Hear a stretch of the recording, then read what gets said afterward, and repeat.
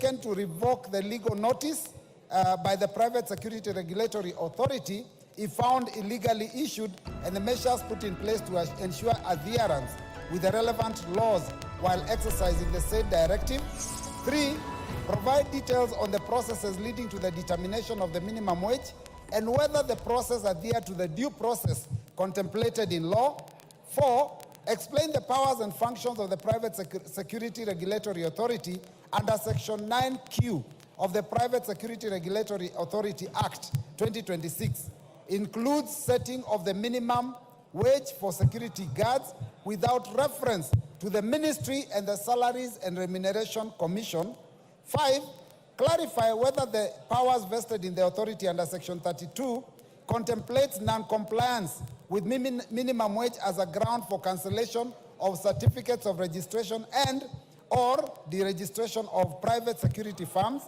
And 6, explain the reasons for failure by the authority to submit regulations envisaged under Private Security Regulatory Authority Act 2016 to Parliament as required under the law, despite various efforts by the Committee on Delegated Legislation. I thank you, Honorable Speaker. Thank you, Robert Mbui. I've been requested by 2 joyriders. Major Bashir. Where is he? Yes, sir. Are you a major or a colonel? I'm a major. Major Bashir. And it's not easy to achieve the rank of a major. It's not just like going to an election and winning. Thank you, Honorable Speaker. Honorable Speaker, I want to support the statement that has been read by Honorable Mbui. And the matter here is about regulating the private security industry. Honorable Speaker, sometimes last year, the PSRA, together with the Ministry of Interior and National Coordination, appeared before the Committee of Delegated Legislation, of which I'm a member. And we asked them to bring the regulations so that the committee can go through and either approve or annul. Sadly, the state regulations have never been brought to Parliament through the committee. What we are seeing now through gazette notices aimed at private security companies is a nullity in itself, because it is something which is not bound by law. Take, for example, the issue of minimum wage. It is not under the purview of the Private Security Regulatory Authority. Make your point, Bashir. We don't have much time. On matters of minimum wage, it is the Labor Council that sets minimum wage. The work of the PSRA is to ensure that it implements and enforces the minimum wage as set by the labor law. It's not under their purview to set minimum wage. 2, there's a lot of despondency on the private security industry now, because every now and then, every 2 weeks, every month, they are getting new legal notices, which, in my understanding, and the understanding of our committee for that matter, is that it has not been approved by Parliament. So the regulations out there is null and void, and I wish that the Ministry of Interior and National Coordination should ensure that they abide by the rule of law. Thank you, Honorable Speaker. Osoro, make your point in 1 minute. Thank you, Honorable Speaker. Honorable Speaker, I also rise to support Honorable Mbui's statements on the conduct and the directions given by the PSRA in regard to the private security firms raising the minimum wage of the security officers to 30,000. Honorable Speaker, the era of people or authorities making unilateral statements or directions is long gone. One can't wake up one morning and do letters, spread them across all the security firms and tell them, by this particular date, you must pay your soldiers, or rather the security officers, 30,000 shillings. Honorable Speaker, the security firms operate under contractual agreements with their clients. And there is no single contract, Honorable Speaker, except a few selected, where, in fact, even the government entities, Honorable Speaker, the set amount that they pay security firms per security officer is about 21,000 or 25,000. So, Honorable Speaker, a CEO of PSRA cannot wake up one morning and direct security firms that by force, on this particular day, make sure you pay your security officers 30,000. That is an illegality, Honorable Speaker. You cannot bypass this house, the house that makes laws. You wake up one morning, bypass this house, you ignore the subsidiary legislation process, and decide the rule is this way. Honorable Speaker, we support Honorable Mbui's statement. Thank you. Tongoyo, 1 minute. You are the chairman of security. Give him the mic. Thank you, Honorable Speaker. I want to really also comment on the issue being raised by my colleagues on the proposed increase of wage bill, minimum wage by the PISRA. Honorable Speaker, as much as it's true we agree with the concern raised by members, the issue of minimum wage is still also ongoing discussions. Honorable Speaker, it's good to agree that some of the farms, big farms like Equity, like actually some of the big institutions, pay as less as even 10,000, Honorable Speaker. So we had a proposal that we had actually proposed to the institution to adopt, whereby they are going to form categorization and give different classifications and different certificates, so that the institutions that, of course, they are big like G4S, who can able to afford the 30,000, they are given a different certificate, and they are, of course, you'll be able to be given a certificate and a classification depending on your capacity, just like the way NCAA does. So, Honorable Speaker, it is a very valid discussion, but I think it's something that we should be able really to appreciate, that majority of these institutions actually pays extremely too low when themselves are actually earning more. So I think the point to look at it is that we are going to have the regulatory authority give different certificate, different classes, so that the big companies who actually able to have the capacity should be able to pay the minimum. Those in the villages, like those who got the primary schools and small institutions, can able to pay the minimum that they can able to afford. Thank you. Majority Leader, this statement was directed at you. You also have your Thursday statement. We have only 9 minutes to start the next business.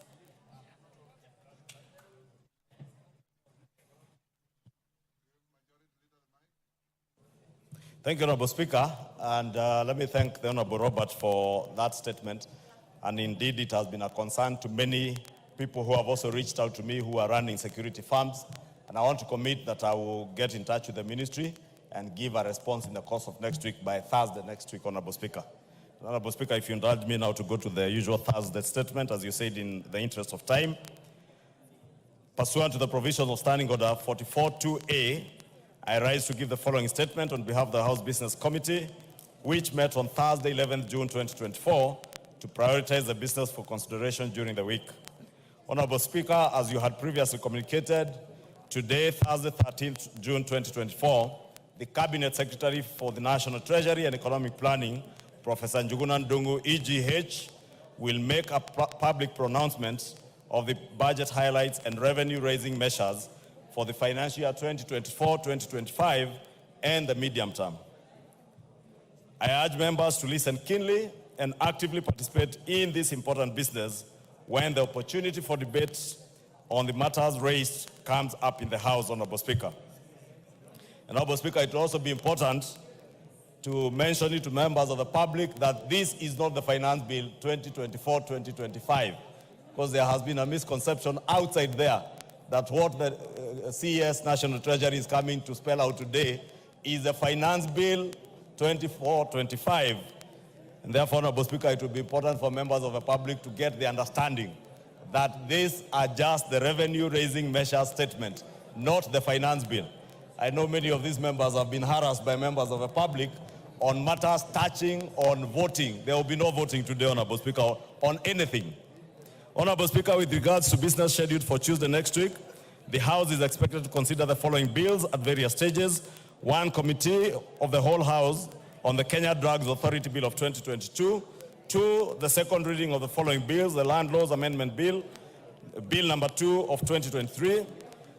Two, the Care and Protection of Child Parents Bill, Senate Bill number 29 of 2023. And C, the Mag Beans Bill, Senate Bill number 13 of 2022. Additionally, debate will also be undertaken on the following motions. 1, report of the Auditor General on the National Government Constituencies Development Fund for the 9 constituencies in Bungoma County. 2, report of the Public Petitions Committee on its consideration of public petition on funds spent contrary to the provisions of Article 223 of the Constitution. 3, reports of the Auditor General on the financial statements of specified state corporations. Honorable Speaker, if you can protect me from this Embu team that is conversing in Kimbere and Embu. Order, honorable members, Karemba and your team. CNN, go and take your seat.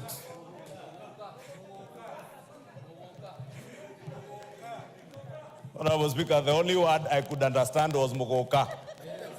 In the conversation they are conversing.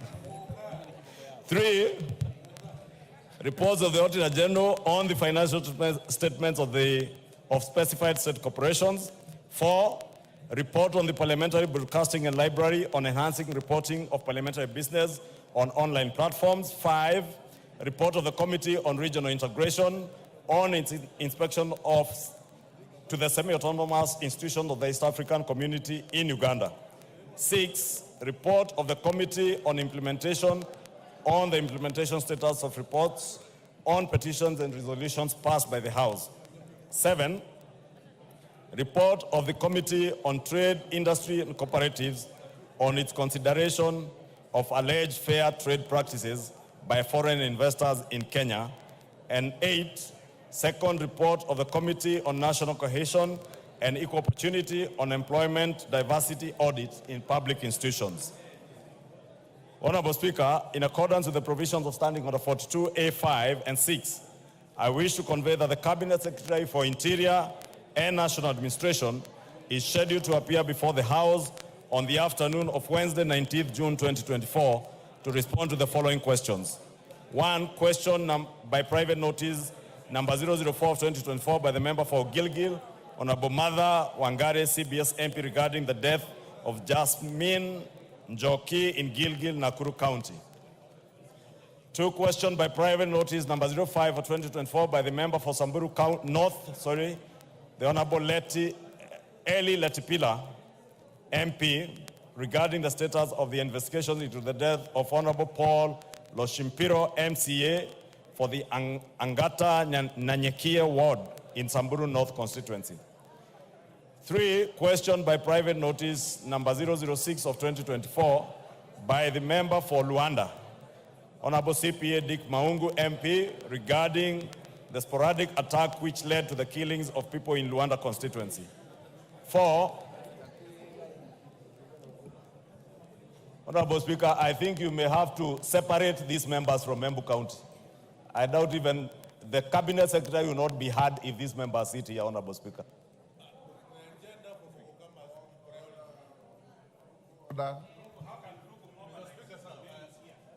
Order, order, take your seat. Take your seat. Take your seat. Karemba, can you go to where you normally sit?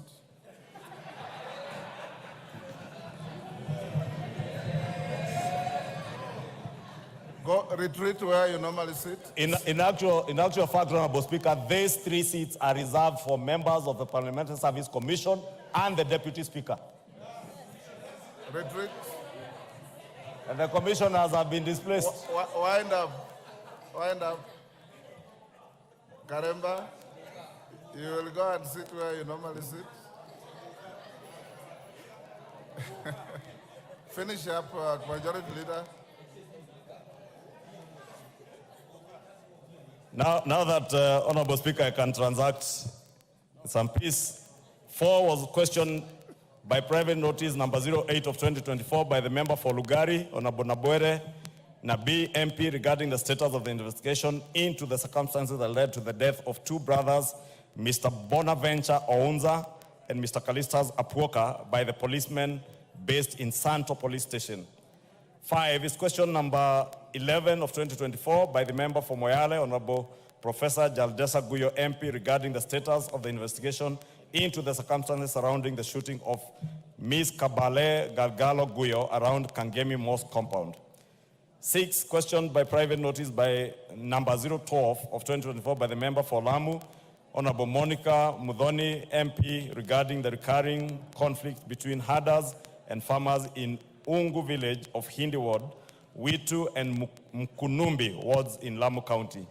7, question number 271 of 2023 by the member for Laisamis, Honorable Joseph Lekuton, MP, regarding birth and death registration offices in Laisamis and Loyangalani sub-counties. 8, question number 02 of 2024 by the member for Matungu, Honorable Oscar Peter Navulindo, MP, regarding the surge in cases of livestock theft in the Western region and in particular Matungu constituency. 9, question number 03 of 2024 by member for Kinango, Honorable Gonzi Rai, MP, regarding the deployment of the contingent of GSU officers to Kazamoyo village in Kwale County.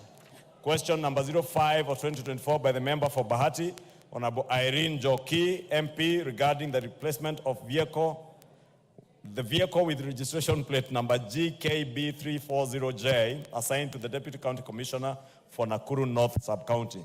Question number 37 of 2024 by the member for Isiolo South, Honorable Tubi Bidu, MP, regarding the issuance of identification cards to residents of northeastern and bordering regions.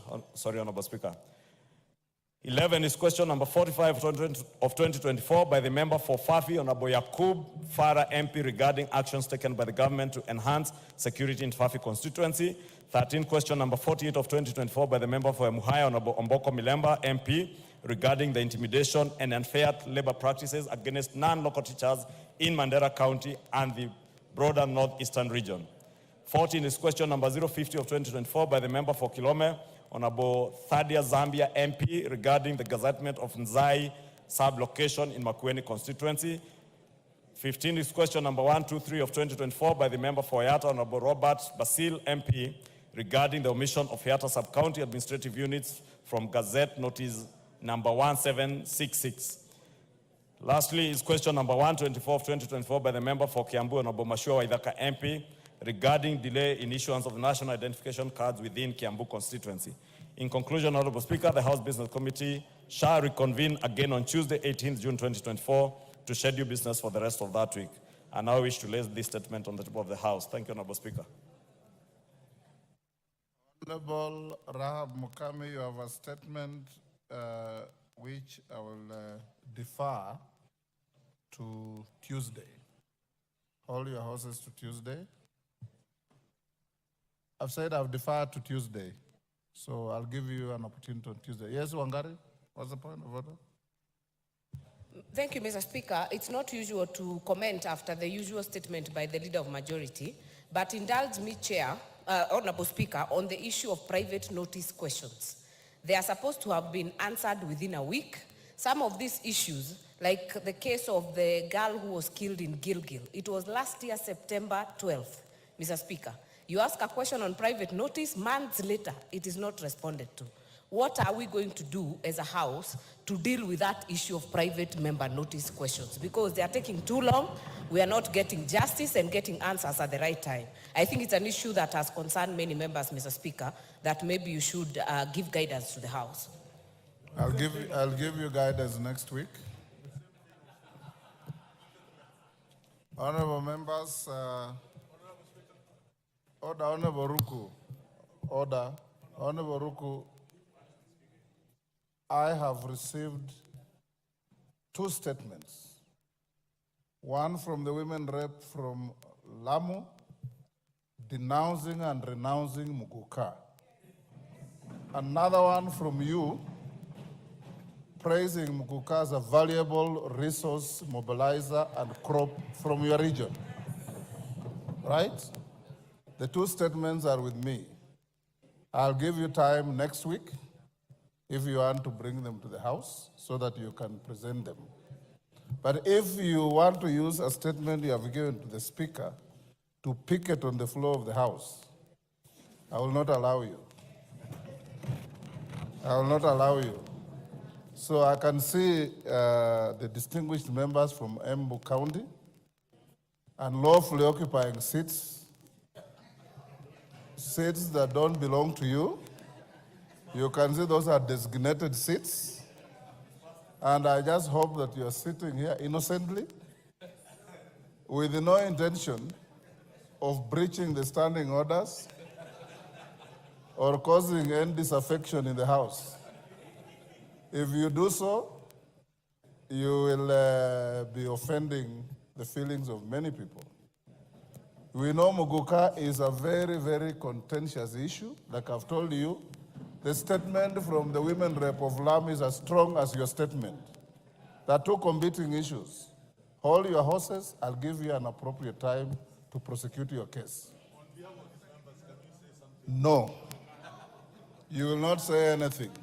If I give you time to say something, Lam will also want to say something. And I don't want to dilute the importance of this day in this parliament. Call the next order. Honorable members will put questions on the matters that are pending. Then we go to the next issue. Order number 8, motion, report of the Committee of the Whole House on its consideration of the Equalization Fund Appropriation number 2 Bill, Senate Bill number 30 of 2023, question to be put and third reading.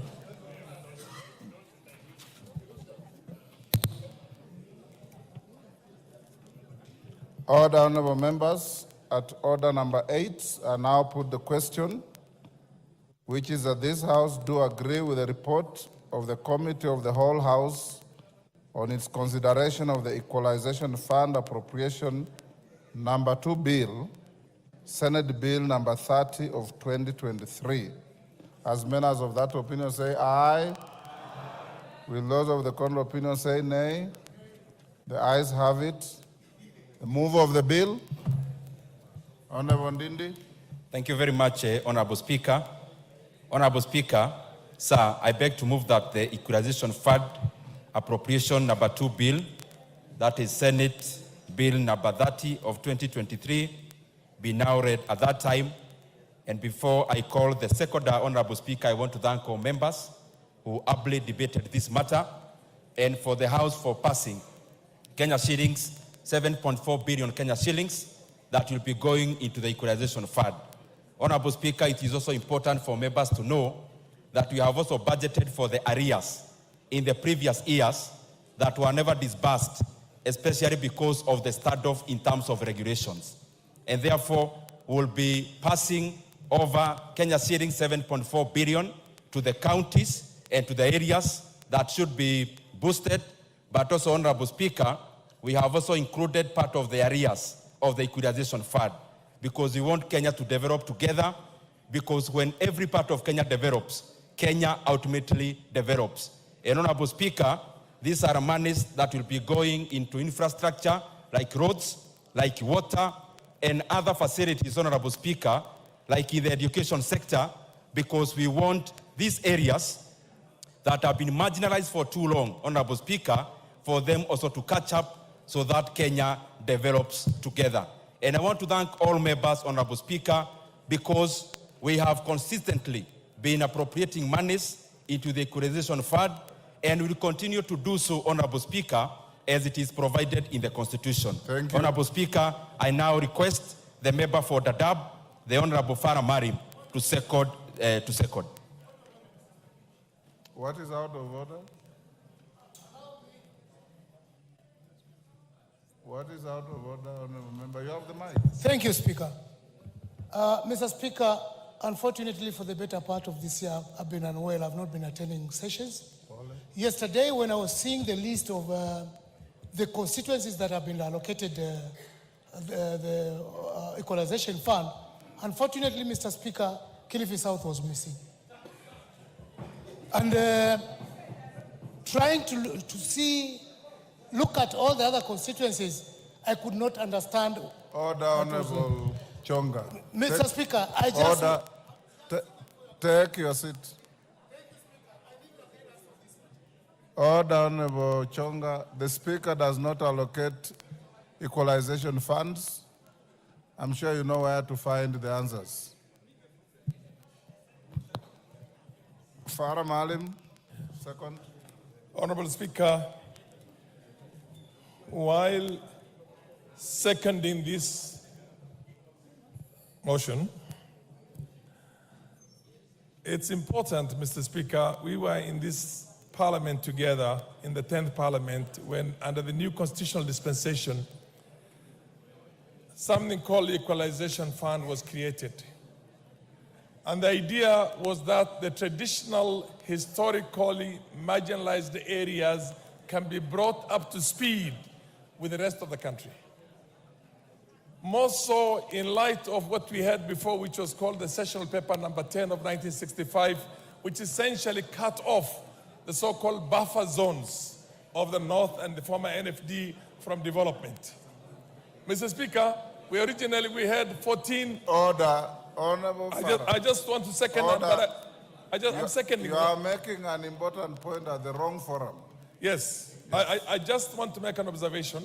I've already seconded it. But those are matters that in line with exactly, and in line with what the chair has done. The chair has elaborated essentially on why he thinks this should be passed. I am also elaborating on that, but putting a rider in that this now has been watered down to 34 constituent counties. So I support it. And I'm happy that the chair of the committee has done a lot of efforts to make sure this money is disbursed. But how much infrastructural development will 90 million do for Garissa in terms of tarmac roads, in terms of national grid, in terms of all those things? Equalization, the word equalization means bring them up to speed. But having said that, I know that we have a minority here, but I second it. Thank you very much. Thank you. Order.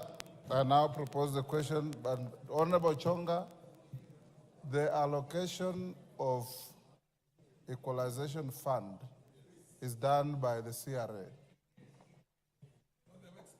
Then, order, Honorable Farah. We are the ones who drafted the Constitution 2010. The areas that were identified were subsequently expanded by CRA and approved by Parliament. I now propose the question, which is that the Equalization Fund Appropriation Number 2 Bill, Senate Bill Number 30 of 2023, be now read a third time. Can I put the question? I now put the question, and I confirm that we have the requisite quorum, which is that the Equalization Fund Appropriation Number 2 Bill, Senate Bill Number 30 of 2023, be now read a third time. As many as of that opinion say aye. Aye. Will those of the contrary opinion say nay? The ayes have it. A bill for an act of parliament to authorize the issue of sum of money out of the consolidated fund and its application towards the service for the year ending 30th June 2024 to appropriate the sum for certain public basic services and for connected purposes. Order number 9, motion, report on the consideration of the consolidated fund services expenditures for the supplementary estimates 2 for the financial year 2023-2024 and the budget estimates for the financial year 2024-2025. Question to be put. Order, honorable members. Order. Chief Whip, take your seat.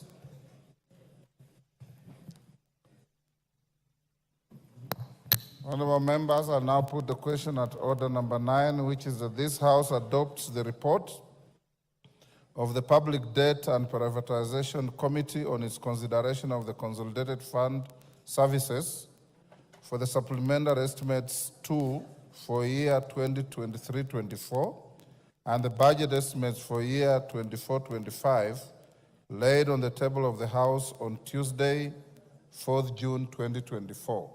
As many as of that opinion say aye. Aye. Will those of the contrary opinion say nay? The ayes have it.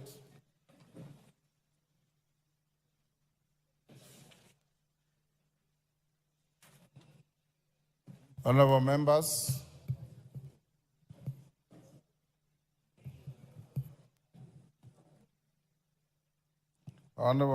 pursuant to the provisions of Section 40 of the Public Finance Management Act 2012 and Standing Orders 25A, 244A and 244C, I will now interrupt the business of the House to allow the Cabinet Secretary for the National Treasury and Economic Planning to make a public pronouncement on the budget highlights and revenue-raising measures for the national government for the financial year 2024-25 and the medium term. In accordance with the standing orders, I have also designated a suitable place in the chamber for the purpose. Honorable members, as I invite the Cabinet Secretary, I hasten to remind the House of the nature of today's event. First, the House will not make any decision on the pronouncement by the Cabinet Secretary. This is largely a ceremonial event. Members may wish to note that the House is still in the supply period, which commences with the consideration of the budget estimates and concludes with the enactment of an appropriation act. At present, the House has only considered and approved the budget estimates for the financial year 2024-25. As you are aware, the Appropriation Bill 2024 and the Finance Bill 2024, that is, the ways and means proposed to support the appropriations made by the House, will be considered at a later stage. Secondly, Order Kagombe. There was a lot of peace in the House yesterday.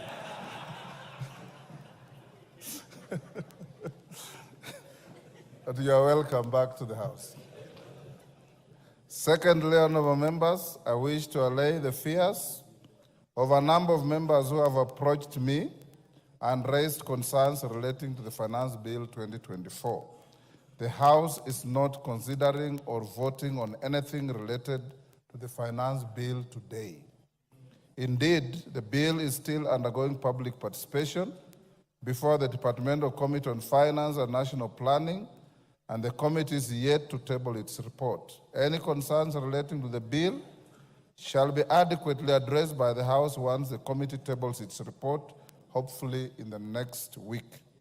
Thirdly, as stated earlier, the Cabinet Secretary is discharging a largely ceremonial function. Section 40 of the Public Finance Management 2012 requires the Cabinet Secretary to make a public pronouncement on the budget policy highlights and revenue-raising measures for the national government, taking into account international obligations entered into under the East African Community Treaty. As members are aware, partner states of the East African Community have a standing agreement to present and table budget statements to their respective parliaments every second Thursday of June, which is today. I hope the foregoing adequately clarifies the nature of today's event. And before I call the Cabinet Secretary, I wish to welcome our invited guests who comprise Cabinet Secretaries, Principal Secretaries, members of the Diplomatic Corps, and all other invited guests seated in the Speaker's row, diplomatic boxes, and the galleries. The Cabinet Secretary for the National Treasury, Professor Njuguna Ndung'u, PhD, EGH, you may now proceed to the podium.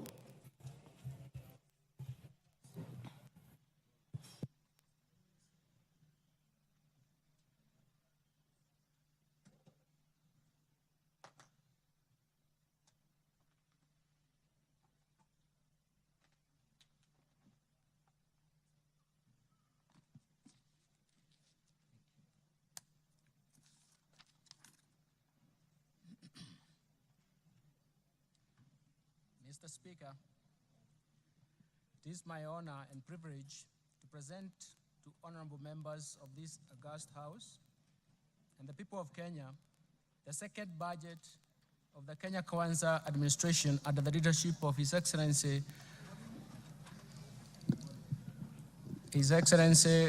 Dr. William Samoei Ruto, the President of the Republic of Kenya and the Commander-in-Chief of the Defense Forces. This budget reaffirms the priority policies and strategies for achieving the bottom-up economic transformation agenda that is progressively improving the livelihoods of Kenyans. This statement is presented in the fulfillment of the requirements of Standing Order number 241 of the National Assembly and Section 40 of the Public Finance Management Act 2012 that requires that the Cabinet Secretary for the National Treasury to make a public pronouncement of the budget policy highlights and revenue-raising measures for the national government. Mr. Speaker, since 2020, our economy has been unwinding from the effects of negative and even persistent global and domestic shocks that have pushed the economy to its lowest activity level.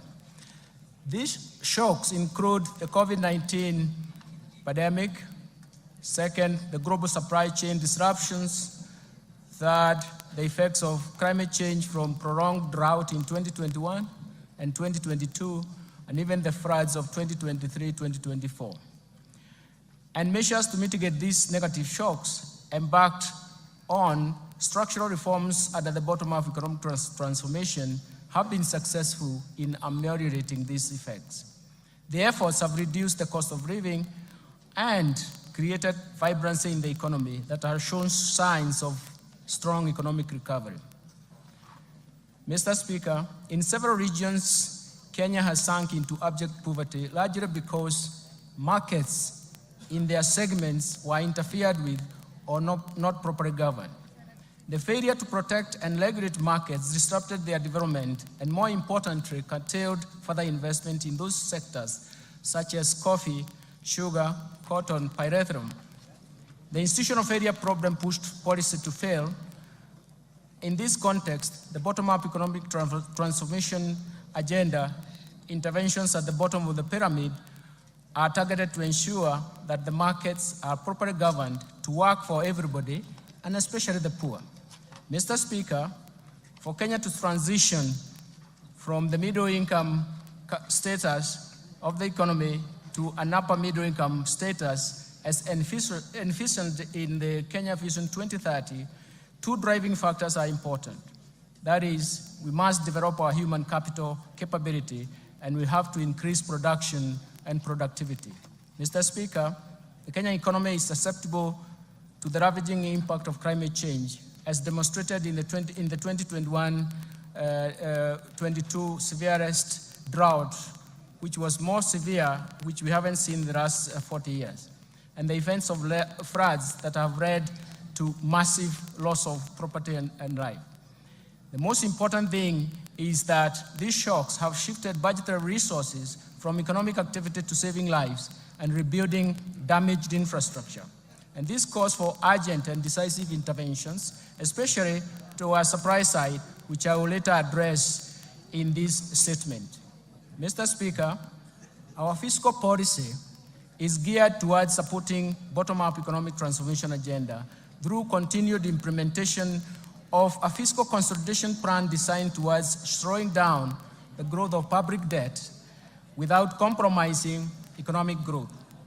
The fiscal consolidation efforts will continue to target domestic revenue mobilization and rationalization of spending through improved public financial management while reallocating resources in priority areas. Mr. Speaker, in this year's budget process, we accorded Kenyans an opportunity to share their views on how to address the economic challenges facing the country. Kenyans responded to our call and requested the government to address, through this budget, first, the devastating effects of the ongoing floods, second, taxation concerns and cost of living, third, the level of unemployment, fourth, protection of the poor and the vulnerable, fifth, reduction of wastage in public expenditures at the national and county governments level.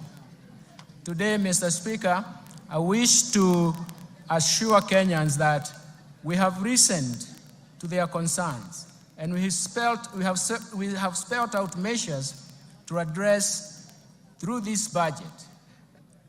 In this regard, the budget highlights and even the government's plan to strengthen the resilience of our economy to navigate the global turbulence, accelerate economic transformation, and decisively address the overarching developmental challenges in line with better with better bottom-up economic transformation agenda. It is in this context we have chosen the theme of this year's budget as sustaining the bottom-up economic transformation agenda, fiscal consolidation, and investing in climate change mitigation and adaptation for improved livelihoods. Mr. Speaker, it is now my privilege and honor to present the economic policy context of this budget. Thereafter, I will broadly outline the policy priorities and structural reforms underpinning the bottom-up economic transformation agenda. The proposed resource allocation as well as revenue-raising measures that the government will implement in the financial year 2024-2025 budget are going to be summarized. But, Mr. Speaker, we have to remember that we have one major problem that has three phases. This problem is as follows. There is increased demands for increased spending or expenditures from the government. That means that either we have to finance that through taxes or debt. The second dimension of this problem is that there is limitation and even constraints imposed in terms of public debt accumulation and even the debt carrying capacity of the economy. That, and more fundamentally, there are limitations in terms of mobilizing higher tax revenues, something that we have to remember, something that is quite critical from our side. Let me turn now to the economic policy context. Mr. Speaker, the financial year 2024-2025 budget has been developed against a backdrop of improved global economic outlook. The world economy stood at 3.2% in terms of growth in 2023 and is projected to continue at the same pace in 2024. In the domestic economy, Mr. Speaker, the Kenyan economy is now unwinding from layers of negative and persistent shocks. And some of these shocks have actually have been protected and have a structural and permanent effects on the economic activities. Mr. Speaker, through forecast interventions as well as structural reforms, the policies of Kenya Kwanza government have started to yield some positive results. Economic recovery is evident, with a GDP growth of 5.6% in 2023, up from 4.9% in 2022. This is above the global average and also above the average of sub-Saharan African region. The domestic growth in 2023 was mainly supported by a rebound in agricultural activities given the improved weather conditions and subsidized inputs for farmers. The resilience of the services sector remained strong in that same year. So the overall inflation also declined to its target level at 5%, and in April 2024, from a peak of 9.6% in October 2022. The decline was driven mostly by easing of food and energy prices, a strong pass-through effects from exchange rate appreciation, and the impact of monetary policy actions. And the tight monetary policy has been complemented by fiscal policy measures to enhance food production through subsidy program on fertilizer and seeds. Mr. Speaker, in February this year, the government took advantage of the improved international financial market conditions to refinance the buyback of US $1.5 billion of the Eurobond 2024. The government, through this process successfully removed the uncertainty of the settlement of the Eurobond. The government also successfully issued an 8.5-year infrastructure bond that attracted significant foreign investors, making it the most successful domestic bond issuance in the country's history. Mr. Speaker, these two operations in February significantly improved the market perception, together with a tight monetary policy stance and significant reforms in the interbank foreign exchange market. It has brought stability in the foreign exchange market. As of 31st May 2024, the exchange rate was Kenya shillings 130.2 130.20 to the US dollar from a high of 163 earlier on in January. And this represents a significant appreciation of 18.7%. The appreciation and stability of the exchange rate created confidence and triggered inflows of foreign exchange foreign direct investment and attracted investors to the Nairobi Securities Exchange. In order to enhance monetary policy transmission, the Central Bank of Kenya has adopted a new monetary policy implementation framework, and this is based on inflation targeting and introduces an interest rate corridor around the central bank rate. The interbank rate is expected to be within this corridor. In addition, the Central Bank of Kenya launched the DAO CSD, a central securities depository infrastructure that delivers world-class level of registry, custodial, and even settlement services for both primary and secondary market operations. Mr. Speaker, I wish to encourage Kenyans and investors to take advantage of the DAO CSD to invest in risk-free treasury bills and bonds in order to grow their wealth and secure their financial future. We have simplified the DAO CSD, and investors can simply use the USSD *866# to log in and invest a retail bond for amounts as low as 600 shillings. This also will be launched to make investments of government securities all inclusive and include the bottom of the pyramid.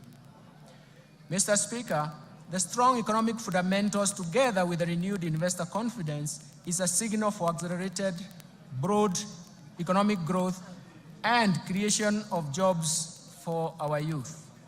In 2023, the total new jobs generated in the economy increased from 848,200 jobs compared to 816,600 new jobs generated in 2022.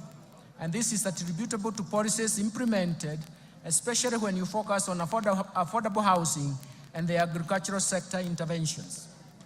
Looking ahead, Mr. Speaker, and considering the ongoing reforms and even additional measures the government is introducing through the budget statement, we project our economy to grow at 5.5% in 2024 and 2025.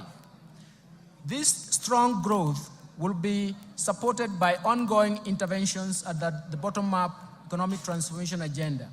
In this regard, the government will accelerate investment in human capital development and capital accumulation, in market development, protection and regulation, in domestic resource mobilization, in reforming and restructuring government institutions, and finally, and more important, digitization to usher an era of efficiency in economic management to support economic recovery. Mr. Speaker, in order to safeguard macroeconomic stability and protect the fragile economic recovery, monetary and fiscal policies will remain very prudent. The Central Bank of Kenya will ensure inflation rate remains within target while maintaining a competitive exchange rate and stable interest rates. The Central Bank is further expected to safeguard the improvements in the functioning of the interbank foreign exchange market and apply all its instruments to strengthen the monetary policy transmission mechanism. On the other hand, Mr. Speaker, fiscal policy stance over the medium term aims at supporting the government's bottom-up economic transformation agenda by delivering a strong fiscal consolidation with fiscal deficit declining from 3.3% of GDP in financial year 2024-2025 from a high of 5.7% of GDP in financial year 2023-2024.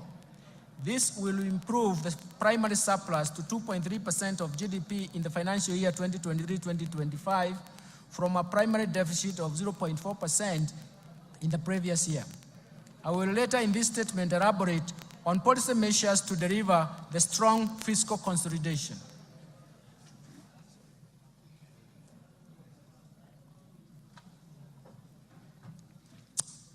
Mr. Speaker, this economic outlook is not without risks.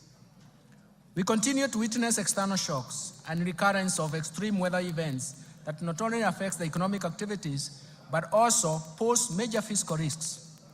The government will take appropriate interventions to cushion the economy from these risks. Mr. Speaker, let me now expound on the policy priorities of the government to promote economic transformation and improve livelihoods for Kenyans. First, let me start with the bottom-up economic transformation agenda. To strengthen economic recovery, the government will accelerate the implementation of policies, programs, projects, and interventions in bottom-up economic transformation agenda. First, enhance agricultural transformation. Second, support micro, small, and medium enterprises. Third, provide affordable housing and settlement. Fourth, achieve universal health care. Fifth, support growth of the digital superhighway and creative economy that will support job creation. Towards actualizing these objectives, actualizing development objectives to the public, the government in March 2024 launched the fourth medium-term plan for the period of 2023-2027.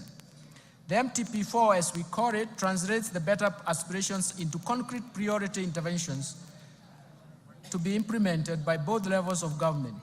These are premised on the value chain approach with sectors which will target sectors with the highest impact to drive the economy and sustain economic recovery. The key priority interventions focus on the following value chain.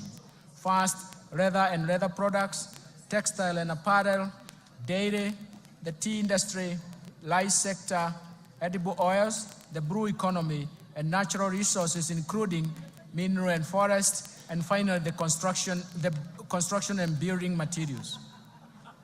The value chain approach ensures rational resource allocation by eliminating wastage of resources occasioned by duplication, overlap, fragmentation, and ineffective coordination in the implementation of the program and projects, while promoting a whole of government approach to service delivery. To create employment, special focus has been given to investment in special economic zones and county aggregation and industrial parks, diversification of export markets, and market access of goods and services from micro, small, and medium enterprises. Mr. Speaker, the government will also undertake the following targeted strategic interventions to support economic transformation. First, the government will continue to maintain macroeconomic stability to enhance security, to foster a secure and conducive business environment while protecting Kenyans and their properties. Second, the government will scale up development of critical infrastructure in the country, such as roads, railway, air, seaports, energy, water, and reduce the cost of doing business and ease movement of people and goods, as well as promote competitiveness. Third, the government will enhance investment in key sectors for broad-based sustainable growth by promoting agricultural transformation, growth in manufacturing, environmental conservation, and climate change mitigation, stimulating growth in tourism and sustainable land use. And all this in management will actually focus ourselves in terms of how we can get moving in these subsectors. Fourth, the government will enhance human capital development through investment in health, education, and appropriate social safety nets for vulnerable groups, vulnerable population, for improved social and economic outcomes.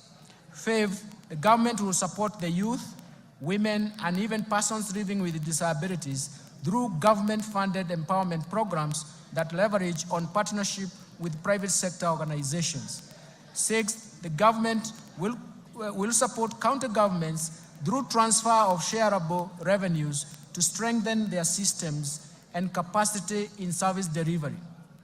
Mr. Speaker, it's important to notice that it is for the first time since the advent of devolution that the county governments are getting shareable revenue, which is surpassing 400 billion shillings.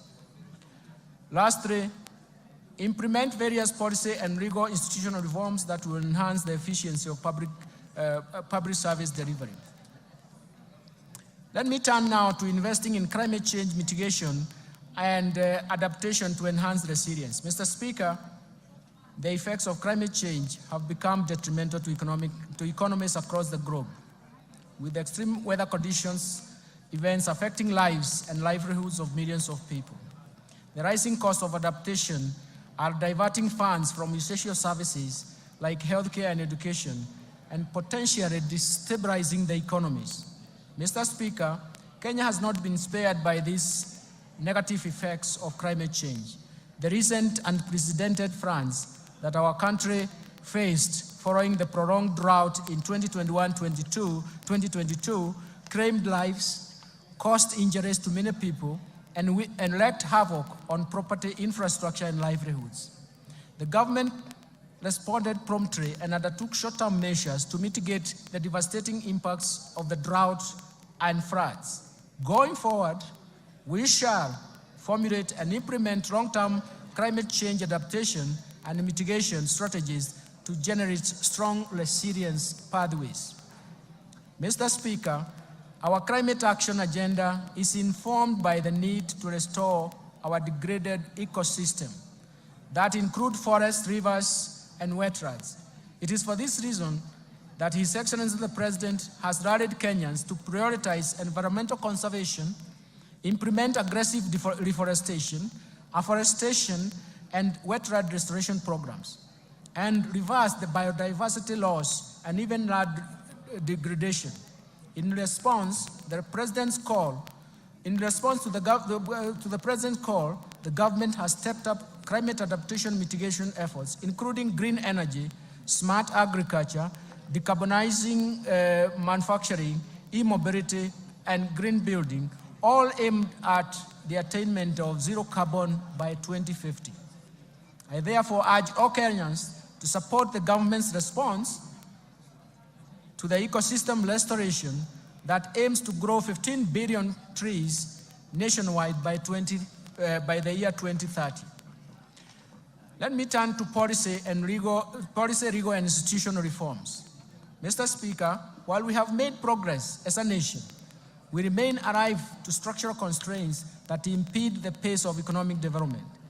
Aware that sustainable economic transformation is predicated on timely implementation of appropriate policy, legal and institutional reforms, I propose the following interventions that will improve the business environment, increase efficiency in public service delivery, and strengthen the accountability and transparency of public finance management.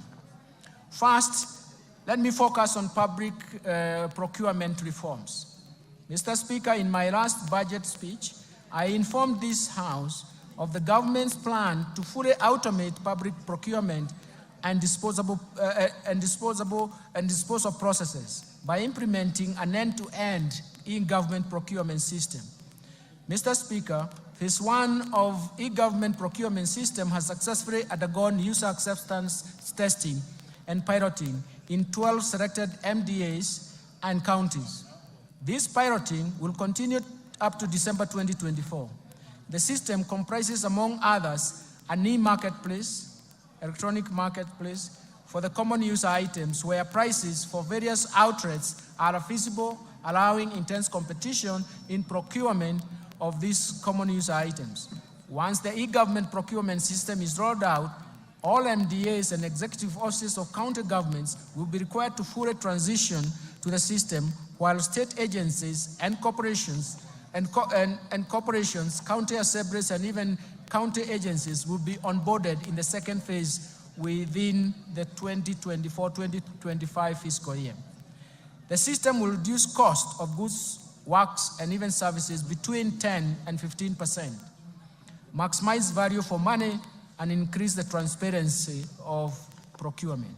Second, let me turn to restraining growth of public sector wage bill.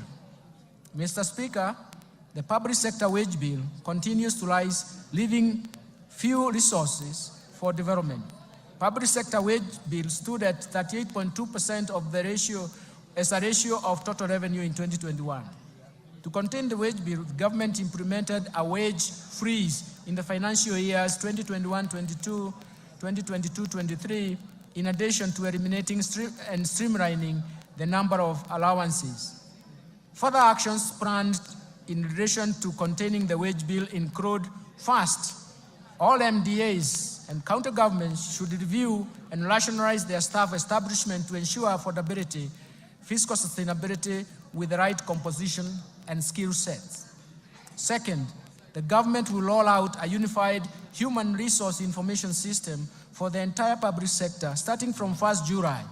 The system consolidates human resource and payroll data in the public service for access through single warehouse.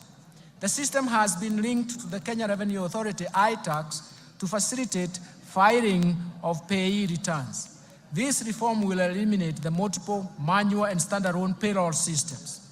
Third, the Salaries and Remuneration Commission will continue to streamline allowances paid in the public sector through harmonization and rationalization of categories, rates, rules for allowances. And fourth, the Salaries and Remuneration Commission will progressively review allowances and benefits in the future, collective bargaining agreements, and align them to the provisions of allowances policy framework for the public service. Third, let me turn to state corporations reform. In order to address the challenges faced by state corporations, including government-owned enterprises, the government will first privatize government-owned enterprises whose mandates are no longer relevant, those that require huge budgetary allocations for bailouts, and those producing goods and services that are more efficiently produced by the private sector. Second, restructure the state corporations through mergers and or transfer back to parent ministries or relevant state corporations to remove duplication of functions, and enhance the efficiencies and synergies in operations so as to optimize use of limited resources. And ensure state corporations are self-sustaining, generate additional revenue to the exchequer, and also ensure quality service delivery to Kenyans. In addition, Mr. Speaker, the government is committed to implement policy changes to ensure government-owned enterprises realize their full potential. You will note that in 2023, the cabinet approved the ownership policy for the government-owned enterprises. And this is a key governance reform framework. Mr. Speaker, to anchor the policy in law and to give effect to its operationalization, a draft Government-Owned Enterprise Bill 2024 has been finalized and is undergoing public participation. Once the process is completed and an approval granted by Cabinet, the bill will be submitted to this august House for consideration, and I'm seeking support from this House for approval of the bill. Mr. Speaker, we have also prepared a draft Government Investment Regulations 2024 to provide a framework for efficient and effective management of government investment. The draft regulations will be taken through public participation before submission to this House for consideration and, if possible, approval. Fourth, let me turn to pending bills. Mr. Speaker, in the last budget statement, I informed this House that the government plans to establish a pending bills verification committee to carry out a thorough analysis of all stock of pending bills for the period 1st July 2005 to 30th June 2022, and formulate measures to stop accumulation of pending bills going forward. Mr. Speaker, as you are aware now, His Excellency the President inaugurated the Pending Bills Verification Committee in November 2023. The committee received a total of 94,997 pending bills claims valued at Kenya shillings 662.3 billion. Analysis of the pending bill claims submitted by MDAs is ongoing. The general public has been given an opportunity to submit any pending bill claims owed by the national government. The committee is expected to complete its work and submit a report by October 2024 for implementation within the fiscal framework.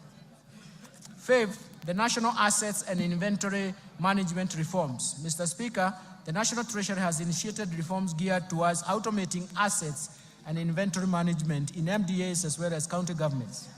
In this regard, the National Treasury will operationalize the assets and inventory management modules of IFMIS.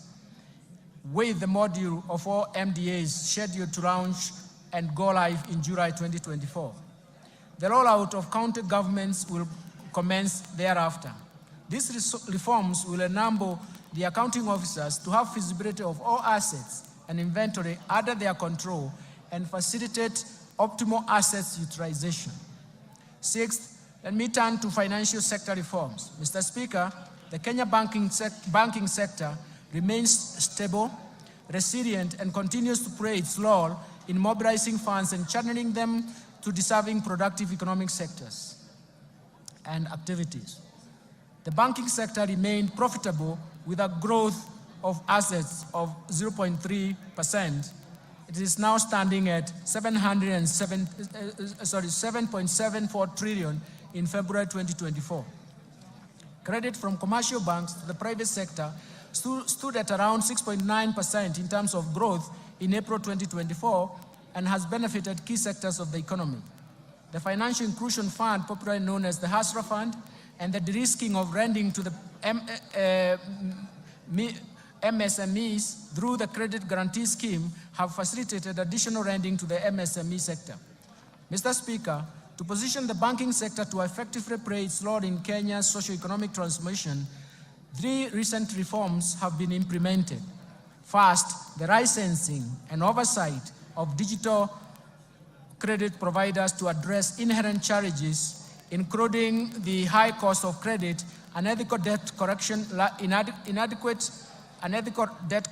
inadequate disclosures and lack of transparency, breach of data privacy, and abuse of personal information. As at the end of March 2024, 51 digital credit providers have been licensed.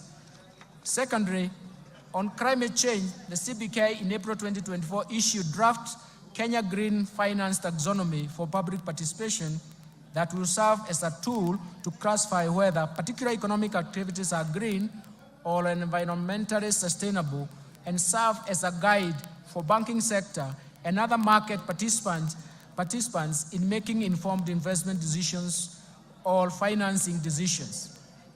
Third, to eliminate money laundering and vulnerability in the banking sector, the CBK has revised the anti-money laundering and combating the financing of terrorism and proliferation of financing, and a supervisory framework has been implemented so that the risk-based supervision is enacted, undertaking institutional and sectoral risk assessment and enhancing staff complement capacity for supervision. Mr. Speaker, the Kenya banking sector is exposed to dynamic global, regional, and even local developments, necessitating reforms in this respect. The following reforms are proposed. First, the Central Bank of Kenya intends to progressively increase the minimum core capital for banks from the current 1 billion to Kenya shillings 10 billion. The CBK will engage the market for an appropriate timetable to achieve this goal. This is intended to strengthen the resilience and increase the bank's capacity to finance large-scale projects while creating sufficient capital buffer to absorb and withstand shocks posed by continuous emerging risks associated with adoption of technology and innovation as institutions expand. Second, the central bank plans to amend the Banking Act to provide for stiff dissuasive penalties that are proportionate to the violations committed, support a strong compliance culture in banks, and also make sure that it aligns to international best practice. Let me turn to capital markets developments. Mr. Speaker, in order to enhance price discovery and boost income for coffee farmers, the Capital Markets Authority has licensed 14 coffee brokers, and so far, 29 auctions have been conducted under the Capital Markets Coffee Exchange Regulations 2020 at the Nairobi Coffee Exchange. In addition, the authority has approved the direct settlement system, which has been operationalized by one of the local commercial banks. Let me turn to pension reforms. Mr. Speaker, majority of Kenyans remain uncovered with the retirement benefits coverage stands at about 26%. We need to address this challenge.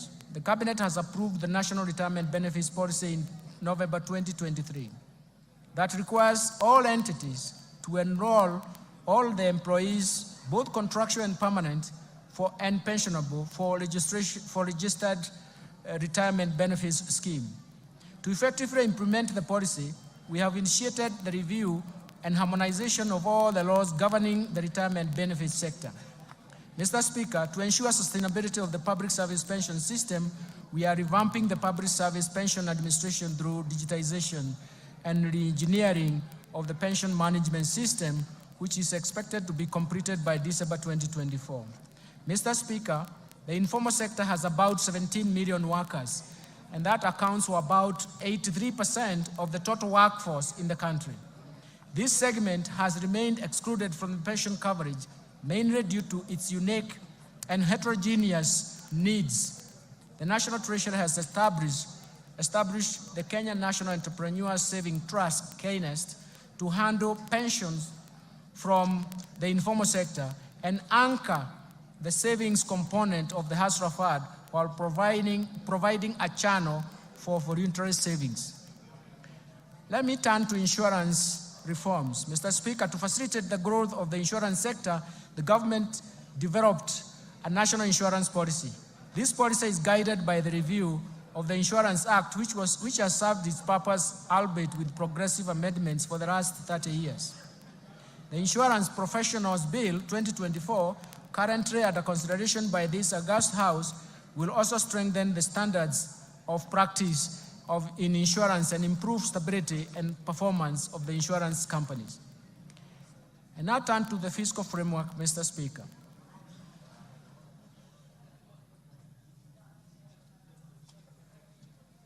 Mr. Speaker, the government's fiscal policy is to enhance fiscal consolidation efforts to reduce debt vulnerabilities and rebuild fiscal buffers amid significant global and even domestic challenges. These external and domestic shocks that Kenya has experienced serve as a reminder of the importance of fiscal buffers. Mr. Speaker, the focus of our fiscal policy thus remains to reduce the deficit from 5.7% of GDP in the current financial year to 3.3% in the financial year 2024-2025. We're going to do this through various means. First, domestic resource mobilization. Mr. Speaker, implementation of government's plan for rapid and inclusive socio-economic transformation largely depends on robust revenue growth rate. Indeed, despite significant government investment in reforming the tax structure, the tax to GDP is estimated at 11.5% of GDP as of 2022-2023, against an estimated potential of 25% of GDP. And this is also the convergence criteria in the East African community countries. We therefore urgently need to address the challenges that negatively affects our revenue collection, some of these challenges include: first, there is an existence of hard-to-tax sectors.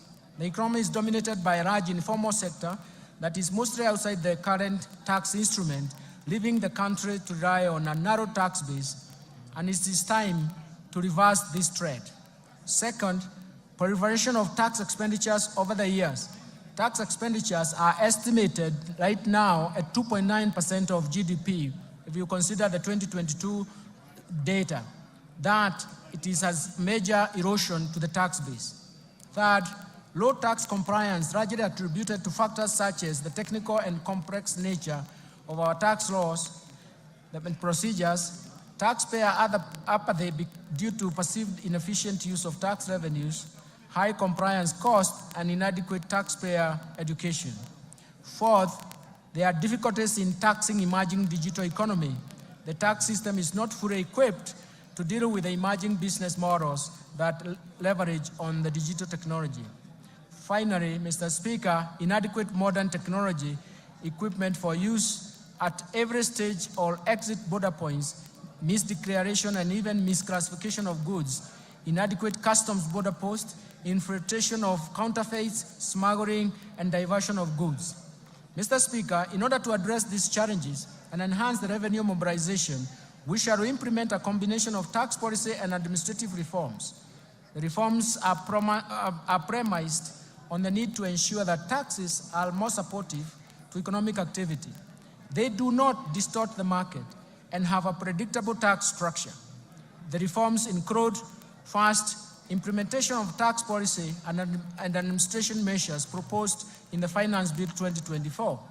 Second, implementation of the medium-term revenue strategy to expand the tax base to 20% of GDP over the medium term. Third, to strengthen the tax administration for enhanced compliance through leveraging on technology to revolutionize tax processes, sealing revenue loopholes, and enhancing the efficiency of tax system. And finally, we're focusing on unlocking additional non-tax revenue potential by MDAs through the services they offer to the public. Let me turn to improving the efficiency of public expenditure. Mr. Speaker, turning to expenditures, we should ensure that our scarce resources are used in the most efficient and effective way. Mr. Speaker, in order to move towards a balanced budget and further improve efficiency in public spending, the following bold actions and reforms have been outlined in the financial year 2024-2025. First, rationalization of transfers to SAGAs by at least 30% from the financial year 2023-2024 approved budget, in line with the overall austerity measures cutting across all ministries, departments, and agencies. Second, curtailing spending on the following expenditure items: foreign travels, rationalization of all training expenses across government, and restricting all training to within government institutions, rationalizing all allocations for purchases of motor vehicles, and suspending purchases of furniture for a period of 1 year, and suspending all refurbishment and partitioning of government offices. Third, the expenditure control measures that include suspension of all new recruitment in the public sector for 1 year, for the next 1 year, audit and cleanse all public payrolls, pension, and transfers to the vulnerable, with a view to eliminate ghost workers, as well as enforce payments of salary scales and that are approved as recommended by SRC, and consolidation of public procurement for common user items. Fourth, minimizing government expenditure but by leveraging on technology, and this will entail use of Wi-Fi emails for efficient communication. 5, reviewing the insurance schemes, especially looking at EDU, AFIA, indigence, public service, police, and prison commissions and independent offices under the universal health coverage, and align them to the Social Health Insurance Fund. The Social Health Insurance Fund now will be important because it will afford all Kenyans a universal health care with more benefits. 6th, suspending the policy of SAGAs investing surplus funds and enforce the requirement of PFM Act 2012 and the PFM Regulations 2015 to surrender such funds to the Exchequer. And finally, reviewing the regional development authorities to remove duplication of laws within those county governments and MDAs. Since the beginning of this financial year, the government has also implemented initiatives to contain the growth of expenditures. First, the government has undertaken measures to reduce spending to non-priority expenditures. Second, the public-private partnership framework targets commercially viable projects, but also considers the contingent liabilities that come under this framework. And third, we are reviewing the portfolio of externally funded projects with a view to restructuring and realigning them with bottom-up economic transformation agenda. All these initiatives, Mr. Speaker, will help lower the expenditures. I now turn to revenue measures, revenue projections. Mr. Speaker, with the policy measures and structural reforms highlighted above, we project total revenue corrections, including appropriations in aid for the financial year 2024-2025 budget, to be Kenya shillings 3,343.2 billion, equivalent to 18.5% of GDP. Of these, ordinary revenue is projected to be Kenya shillings 2,917.2 billion, equivalent to 16.2% of GDP. Ministerial appropriations in aid is projected to be 426 billion shillings. Grants to this budget are provided at Kenya shillings 51.8 billion, all which is 0.3% of GDP. Expenditure projections. Mr. Speaker, total expenditure in the financial year 2024-2025 budget is projected at Kenya shillings 3,992 billion, or 22.1% of GDP. Of this, the recurrent expenditure will amount to Kenya shillings 2,840 billion, or 15.7% of GDP. The development expenditures, including allocations to domestic and foreign finance projects, contingency fund, and even equalization fund, is Kenya shillings 707.4 billion, equivalent to 3.9% of GDP. Total allocation to county governments is projected at Kenya shillings 444.5 billion, of which equitable share is 400.1 billion. Fiscal balance. Mr. Speaker, given the projected revenue grants against the projected expenditures, the fiscal deficit including grants is projected at 597 billion, equivalent to 3.3% of GDP, and this is down from Kenya shillings 925 billion, or 5.7% of GDP in 2023-2024. In this respect, the primary balance will improve to a surplus of 2.3% of GDP from a deficit of 0.4% of GDP in the current financial year. The fiscal deficit for 2024-2025 will be financed by net external borrowing of 333.8 billion, equivalent to 1.8% of GDP, and net domestic borrowing of 263.2 billion, which is equivalent to 1.5% of GDP. Public debt management. Mr. Speaker, Kenya meets its obligations promptly, and no debt arrears have been accumulated.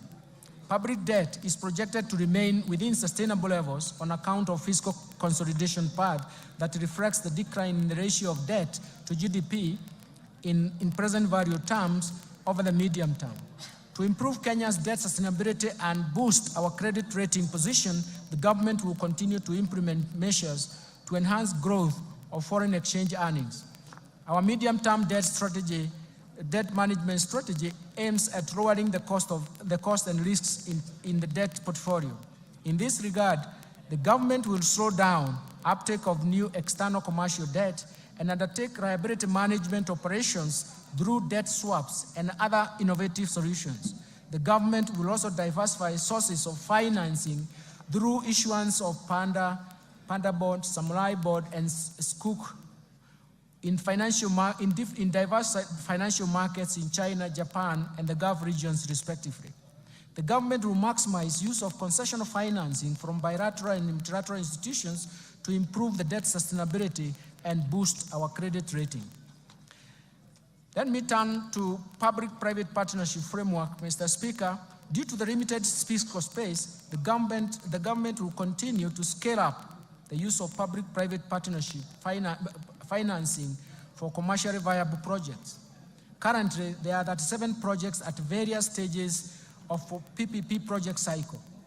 In order to enhance viability of PPP projects, I will soon be proposing amendments to the PFM Act 2012 to speed up the process of financial close, as well as ensure that the related fiscal cost and contingent liabilities are within acceptable levels.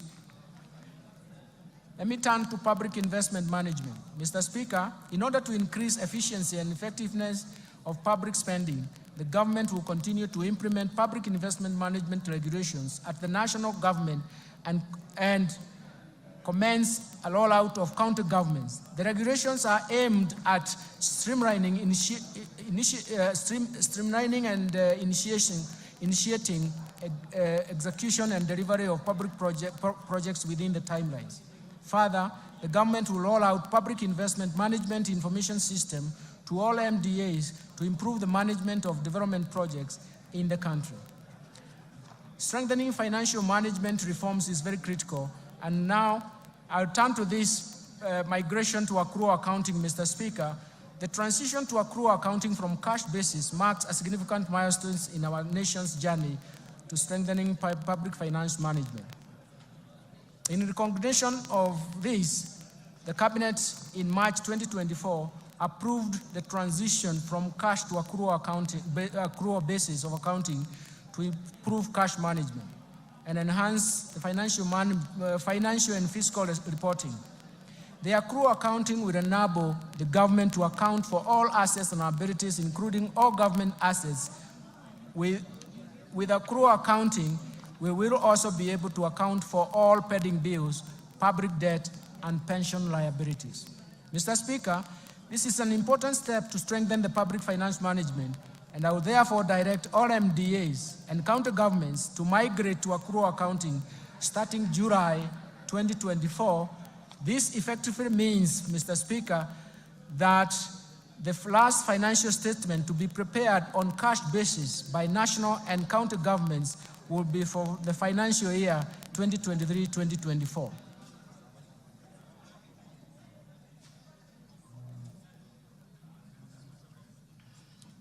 Mr. Speaker, let me turn to Treasury Single Account.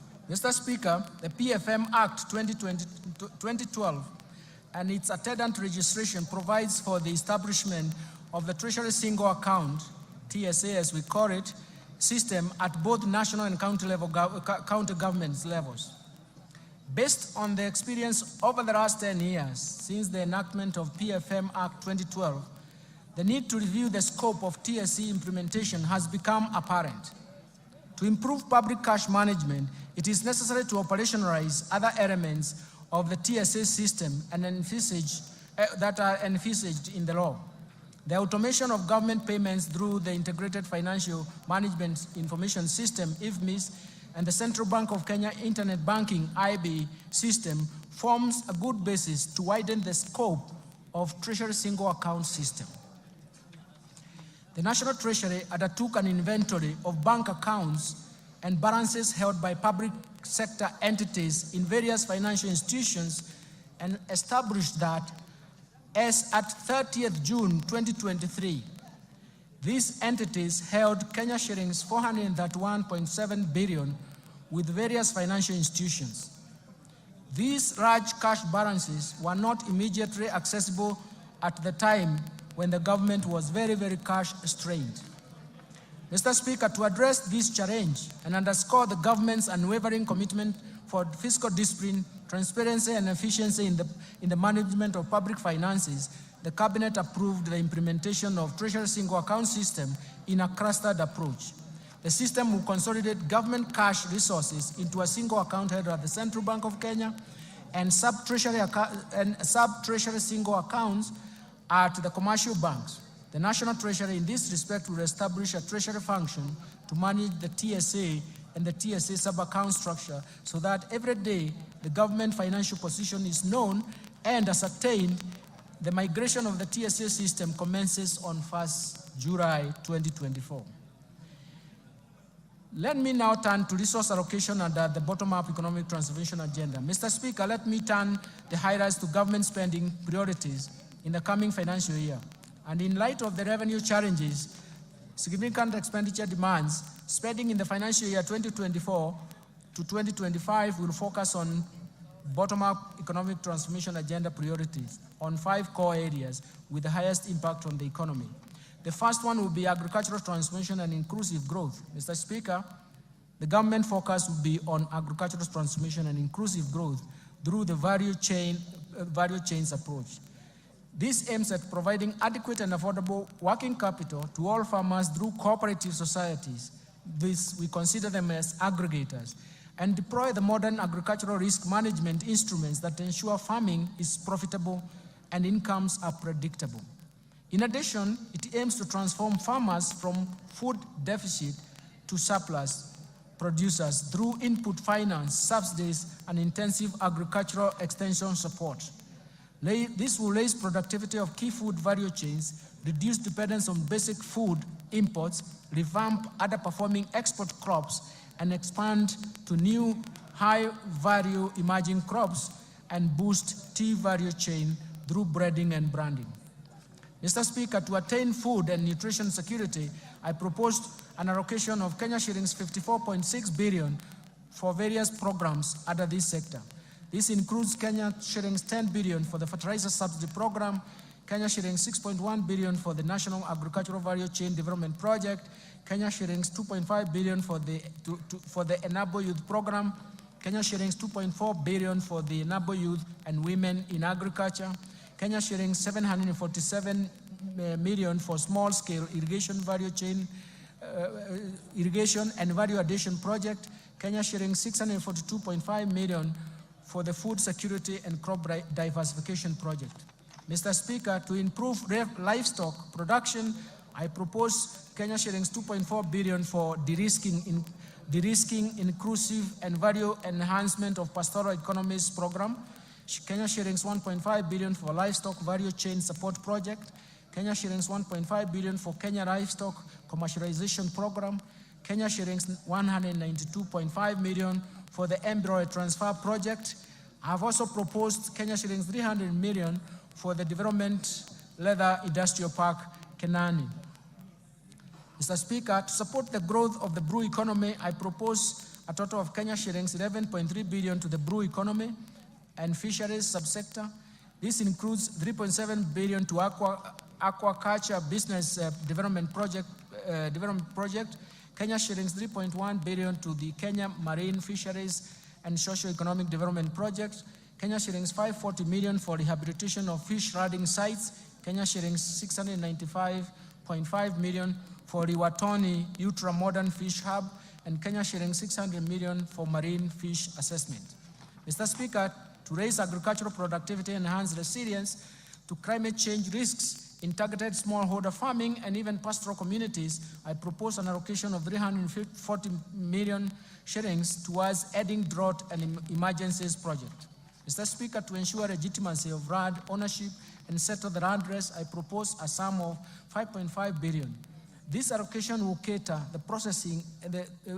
for the processing and registration of the title deeds, settlement of the land race, digitization of the land registry, georeferencing of land parcels, and construction of land registries.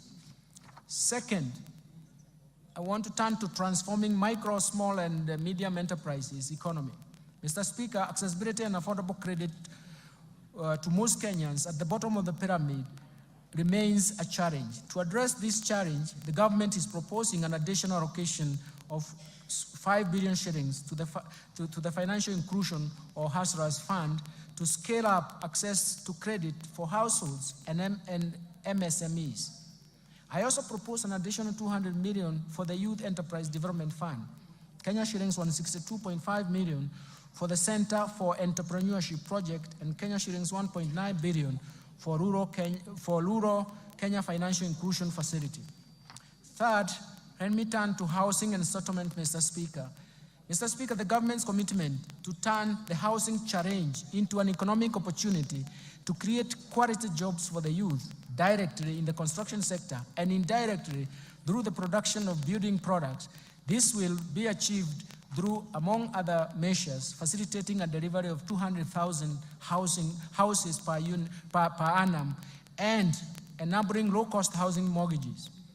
To continue supporting this initiative, I have proposed an allocation of 92.1 billion shillings for the housing, urban development, and public works. This includes Kenya shillings 8.3 billion under the Kenya Urban Program, Kenya shillings 3 billion to Kenya Mortgage Refinance Company for enhancement of the company's capital as well as for lending to the primary mortgage lenders, Kenya shillings 32.5 billion for construction of affordable housing units, Kenya shillings 15 billion for the construction of social housing unit, Kenya shillings 14.7 billion for social and physical infrastructure. Mr. Speaker, other proposed allocation to the housing, urban development, and public works include 11.3 billion for the Kenya Informal Settlement Improvement Project Phase 3, Kenya shillings 1 billion for the construction of markets, Kenya shillings 1 billion for the National Slum Upgrading Program, Kenya shillings 1 billion for the construction of housing units for the National Police and Kenya prisons, Kenya shillings 496.6 0.3 million for the construction of foot bridges, Kenya shillings 444 million targeted to support construction of county headquarters that are targeted.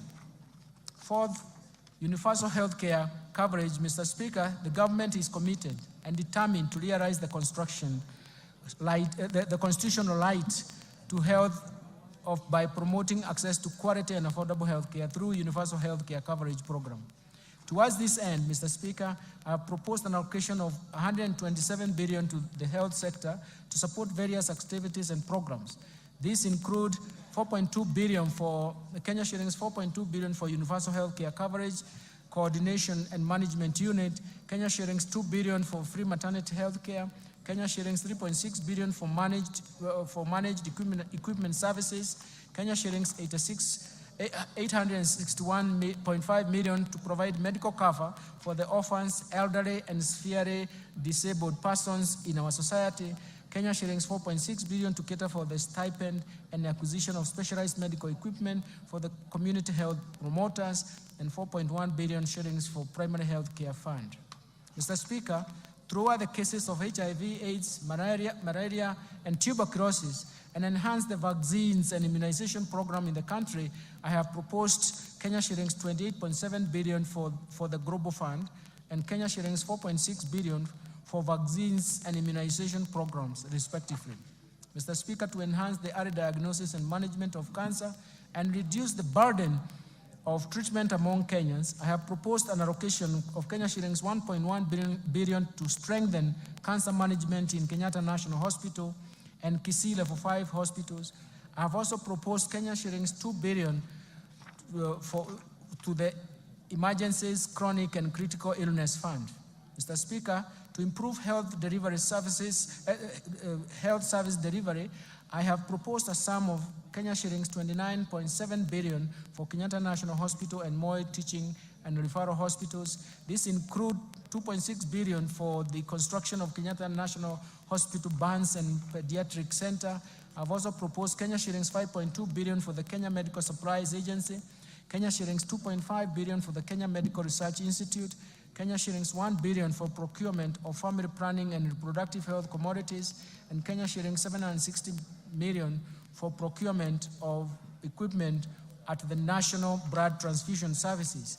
Further, to strengthen the capacity of medical personnel, I have proposed Kenya shillings 3.7 billion for medical interns, Kenya shillings 406 million for training of health personnel, and Kenya shillings 8.6 billion for Kenya Medical Training Center.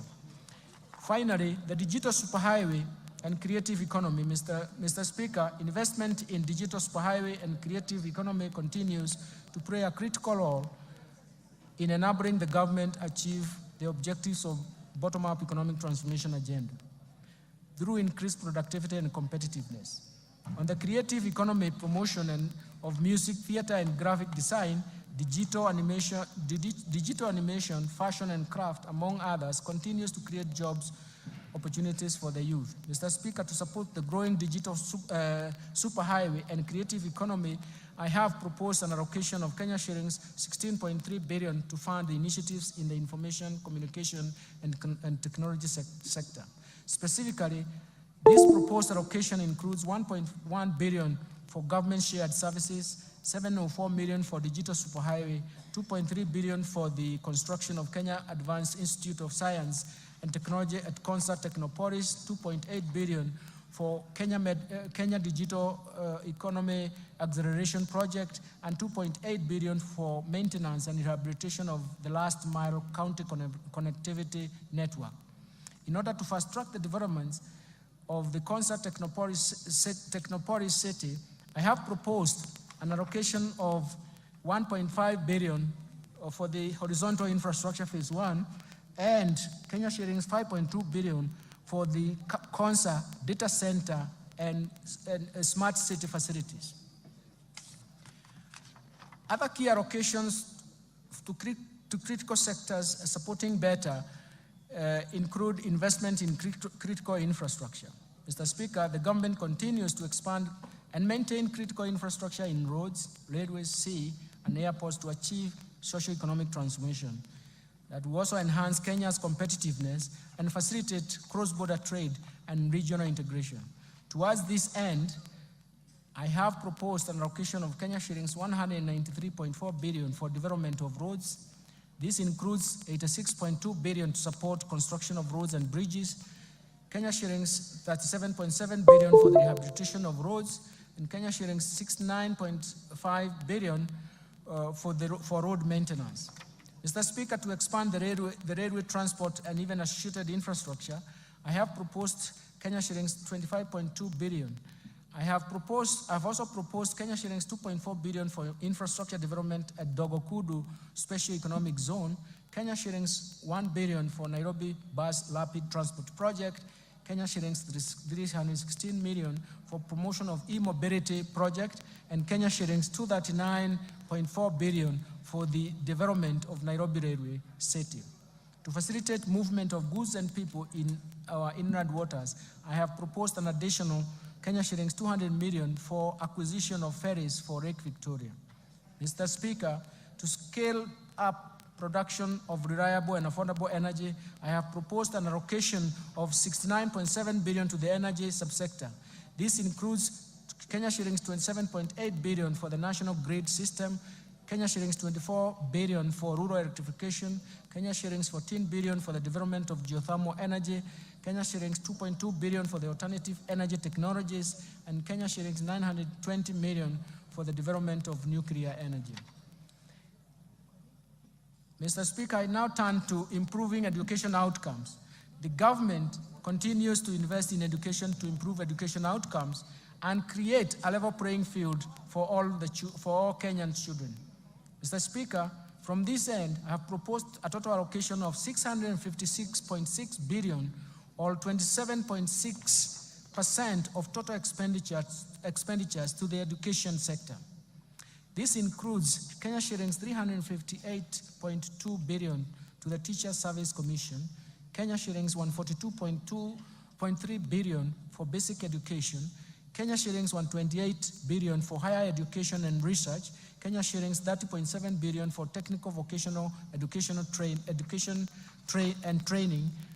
Mr. Speaker, the allocation of the education sector includes Kenya shillings 9.1 billion free primary education, 61.9 billion shillings for free day secondary education, Kenya shillings 30.7 billion for junior secondary school capitation, and Kenya shillings 5 billion for the examinations fee waiver.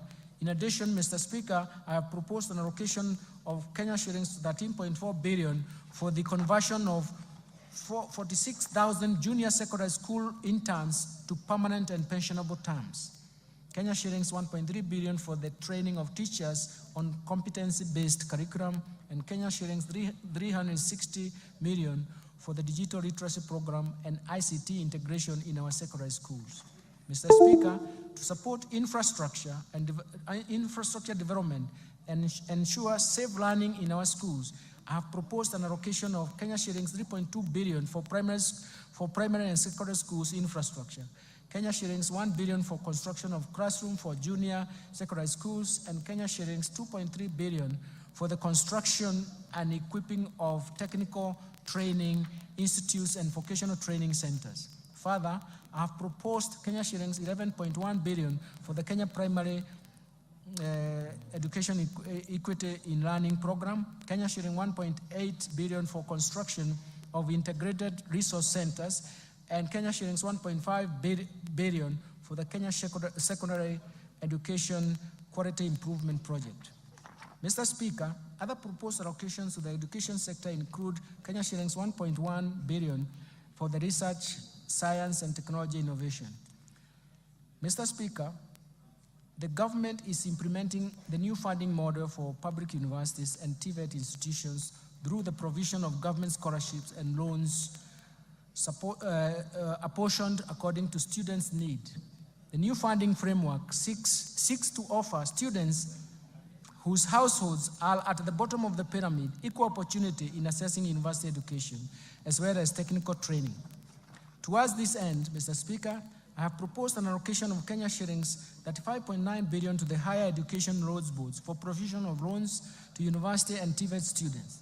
Kenya shillings 16.9 billion for the scholarship for university students, and Kenya shillings 7.7 billion capitation and scholarship for TVET students.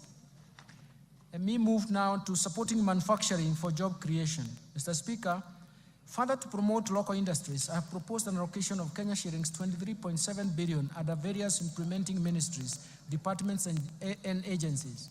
Out of these, 4.5 billion will support establishment of county integrated agro-industrial parks, Kenya shillings 1.9 billion for supporting access to finance and enterprise recovery SAFA project, Kenya shillings 1.1 billion for construction of investor sheds in Athi River, Kenya shillings 1.9 billion for establishment of 6 flagship export processing zones hubs, Kenya shillings 440 million to the development of special economic zones textile park in Naivasha, and Kenya shillings 1 billion for the Kenya Jobs Economic Transformation KJET. In addition, Mr. Speaker, in order to revitalize and maximize benefits from our cash crops, the government will make further investments towards revival and enhancement of output. In this respect, Mr. Speaker, I have proposed Kenya shillings 2 billion for Coffee Cherry Revolving Fund. This is in addition to Kenya shillings 4 billion allocated in the current fiscal year. Kenya shillings 1.5 billion for payments of debts owed to sugarcane farmers, arrears to employees, and maintenance of cane testing units. Kenya shillings 120 million for cotton industry revitalization project, and Kenya shillings 150 million for the pyrethrum industry recovery.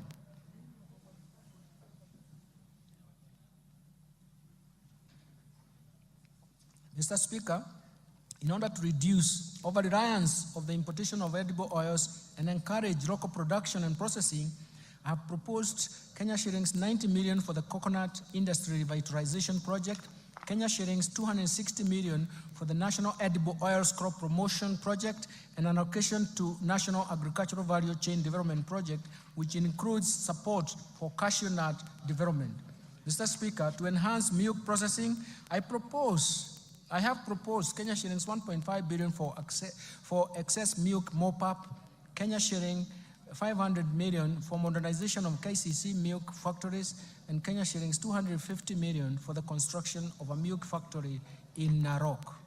Mr. Speaker, to equip our youth with essential training and internship opportunities, I have proposed an allocation of 1.3 billion for the Kenya Industry and Entrepreneurship Project, Kenya shillings 119.9 million for the construction of industrial research laboratories, and Kenya shillings 114.3 million for the constituency industrial development centers. I will now turn into improving security, Mr. Speaker. Mr. Speaker, enhanced national security creates an enabling environment for businesses to thrive while aiding faster economic recovery. It is in this regard, I have proposed an allocation of 377.5 billion to support the operations of the National Police Service, Defense, and National Intelligence Service and Prison Services. Mr. Speaker, the proposed allocations include Kenya shillings 173.1 billion for defense, 110.6 billion for National Police Service, 46.3 billion for the National Intelligence Service, and Kenya shillings 32.7 billion for prison services. I have proposed an allocation of 13.9 billion to cater for leasing police motor vehicles and the modernization program. Mr. Speaker, to step up the war on crime and embrace support to administration of justice, I have proposed Kenya shillings 918.4 million to equip the National Forensic Laboratory. Protecting the vulnerable groups, Mr. Speaker, as a caring government, we shall continue to protect the vulnerable members of our society. I have in this regard proposed an allocation of 31.3 billion for social protection and affirmative actions in this budget. Mr. Speaker, out of this allocation, Kenya shillings 18.6 billion will cater for cash transfers to elderly persons, 7.9 billion for orphans and vulnerable children, Kenya shillings 1.2 billion for persons living with severe disabilities. Mr. Speaker, the proposed allocation includes 1.5 billion for the Kenya Hunger Safety Net Program, Kenya shillings 1.9 billion for the Kenya Social and Economic Inclusion Project. In addition, 815 million will go to Child Welfare Society of Kenya, 400 million to the Presidential Bursary for the orphans, Kenya shillings 600.1 million for National Council for Persons Living with Disabilities, and Kenya shillings 100 million for the National Albinism Support Program, and Kenya shillings 100 for National Autism Support Program. Let me turn to equity, poverty reduction, women and youth empowerment. Mr. Speaker, the most pressing challenge in our country at the moment is lack of jobs or job opportunities for the youth. This has been exacerbated by the multiple shocks that have hit our economy. And in order to empower the youth and support businesses owned by the youth and women, I have proposed Kenya shillings 89.5 billion for these initiatives. This allocation includes 10.4 billion for the National Youth Service, 1.1 billion for the Kenya Youth Empowerment Program, 200 million for the Youth Enterprise Development Fund, 162.5 billion for the Center for Entrepreneurship, 230 million for the establishment of youth empowerment centers, 2.7 million to National Youth Opportunity towards Advancement, NYOTA. In addition, I have proposed Kenya shillings 649.8 million to strengthen the film industry in Kenya. Mr. Speaker, the government is committed to ensuring increased income for our women through employment creation and supporting women-led enterprises. And to further empower our women, I have proposed Kenya shillings 182.8 million for the Women Enterprise Fund, Kenya shillings 3.5 billion for the National Government Affirmative Action Fund. Mr. Speaker, to promote regional equity, reduce poverty, and enhance social development, I have proposed Kenya shillings 63 billion for the National Government Constituency Development Fund, as well as Kenya shillings 8 billion for the Equalization Fund to finance programs identified in marginal areas. Let me turn now to stimulating tourism, growth, sports, culture, and recreation and arts. Mr. Speaker, the government has prioritized expanding the space for creativity, including freedom of expression and protection of intellectual property rights. The government will also strengthen mainstreaming of arts and culture, infrastructure and support cultural production, and as well as creative economy. We are also cognizant of the brand value of Kenyans participating and excelling in international sports arena as incalculable. To support tourism, sports, culture, and even recreation, I have proposed an allocation of 23.7 billion, and this includes an allocation of 16.5 billion for the Sports, Arts, Social Development Fund, Kenya shillings 4.9 billion for the Tourism Fund, and Kenya shillings 2.2 billion for the Tourism Promotion Fund. Let me turn to environment protection, water and natural resources. Mr. Speaker, in order to support environment and water conservation and respond to climate change, I have proposed an allocation of Kenya shillings 10.7 billion for forest resources conservation and management, 1.7 billion for forest research and development, 2.7 billion for environment management and protection, 5.9 billion for the Kenya Financing Locally Led Climate Action Project, 1.6 billion for meteorological services, and Kenya shillings 13.1 billion for wildlife security, conservation, and management. In addition, Mr. Speaker, I've proposed Kenya shillings 1 billion for wildlife research and development, Kenya shillings 1.2 billion for human-wildlife conflict compensation, and Kenya shillings 800 million for wildlife insurance. Mr. Speaker, to expand and access clean and adequate water for domestic and agricultural use, I have proposed an allocation of Kenya shillings 36.6 billion for the water and sewerage infrastructure development, 12.5 billion for water resources management, and Kenya shillings 1.9 billion for water storage and flood control. In addition, I have proposed 17.8 billion for irrigation and land reclamation, Kenya shillings 1.9 billion for water harvesting and storage for irrigation. I now turn to improving governance and sustaining the fight against corruption. To enhance good governance and Mr. Speaker, and scale up fight against corruption, I have proposed Kenya shillings 4.2 billion for the Ethics and Anti-Corruption Commission, 4 billion for the Office of Director of Public Prosecution, 6.9 billion for the State Law Office, 8.7 billion for the Office of the Auditor General. In addition, Mr. Speaker, to enhance the oversight and registration of the role of Parliament, I propose an allocation of Kenya shillings 44.6 billion for Parliament. To enable administration and justice, I propose an allocation of 24.7 billion for the judiciary. This includes 900 million for construction and refurbishment of courts and 800 million for the automation of the judiciary. Allocations to the county governments, Mr. Speaker, I turn to this. The county governments will receive a proposed allocation of 400.1 billion as equitable share in the financial year 2024-2025.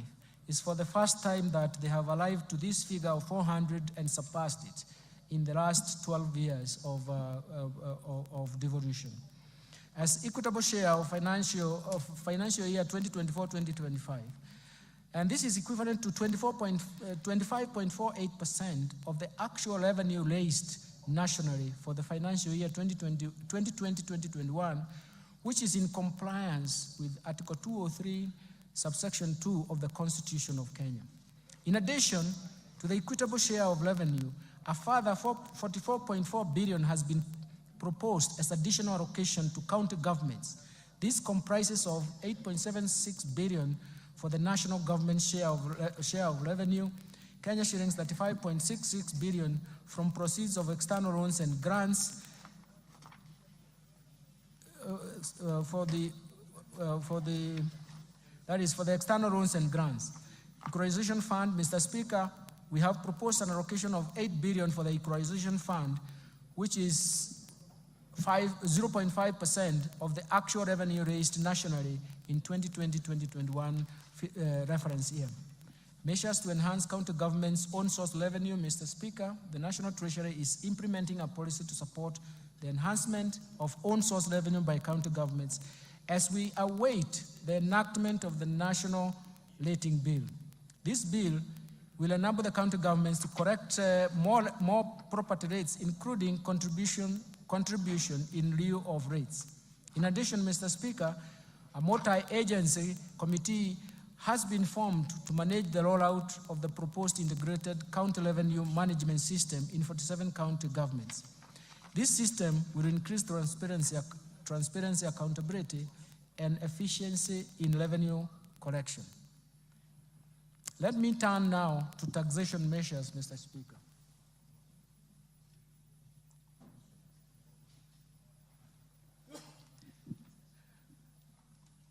The policy measures to support the budget, the tax policy measures supporting the budget for the financial year 2024-2025 budget are very, very critical. In the course of this year, we embarked on tax policy review through a number of tax studies that will support the development of a progressive tax system. Mr. Speaker, the objective of these reforms is to develop an elaborate tax policy that will raise adequate revenue to finance recurrent as well as development budgets. For this to materialize, we intend to first develop diverse methods to enlarge the tax base. Second, we want to make sure that we minimize tax expenditures that amount to Kenya shillings 396 billion, which is equivalent to 2.9% of GDP as of 2022. Of the Kenya shillings 396 billion, 63.1% of it is on VAT refunds alone on zero-rated final consumer goods. Third, we want to create a tax system that is not only predictable to taxpayers, but also yields predictable revenues to government. Fourth, we want to develop a tax system that supports markets, that supports production, consumption, and even investments. Mr. Speaker, thank you. Mr. Speaker, the year 2024-2025 marks the beginning of these reforms through the proposed amendments in various tax laws contained in the Finance Bill 2024. Mr. Speaker, these reforms are part of a wider tax policy reforms contained in the medium-term revenue strategy, and I will shortly be providing highlights of these reforms. Additionally, Mr. Speaker, during the East African Community pre-budget consultations held in May 2024, the ministers responsible for finance and economic planning in the East African Community region agreed on customs measures that will support and protect industries in the region. Mr. Speaker, the tax measures proposed in the Finance Bill 2024 and the said custom measures are expected to generate an additional Kenya shillings 346.7 billion or 1.9% of GDP to the exchequer for the financial year 2024-2025. Let me start with custom duties. Mr. Speaker, allow me to provide highlights of some of the custom measures agreed during the pre-budget consultation with the East African Community partner states. Mr. Speaker, the ministers agreed on a number of measures for enhancing the competitiveness of locally manufactured products by allowing stays of application for the East African Community Common External Tariff, not to change the rates and where necessary, adopt higher rates of duty to encourage local production in East African Community countries. The ministers also agreed on duty remissions for raw materials and inputs used by local manufacturers to facilitate East African Community domestic production. Mr. Speaker, in order to meet local demands and enhance food security in Kenya on key staple foods, Kenya was granted an extension of the current stay of application of to import rice at a duty rate of 35% or US $200 per metric ton, whichever is higher, for 1 year, instead of East African Community Common External Tariff rate of 75% or $345 per metric ton, whichever is higher. And also, Kenya was allowed to import wheat at a duty rate of 10% instead of 35% for 1 year under the EAC, East African Community Duty Remission Scheme. Mr. Speaker, Kenya has a strong assembly of electronics industry, including mobile phones. In order to further open up the ICT sector to more investors, Kenya requested for duty remission on inputs for manufacture and assembly of smart telecommunication devices, including mobile phones, laptops, and tablets. This request was granted. Mr. Speaker, the local assembly of automotives continues to facilitate job creation with positive ripple effects in other supportive sectors, especially in the manufacturing of spare parts. In this regard, Kenya continued to develop capacity in the assembly of prime movers, road tractors, trailers, to meet both local and regional demand.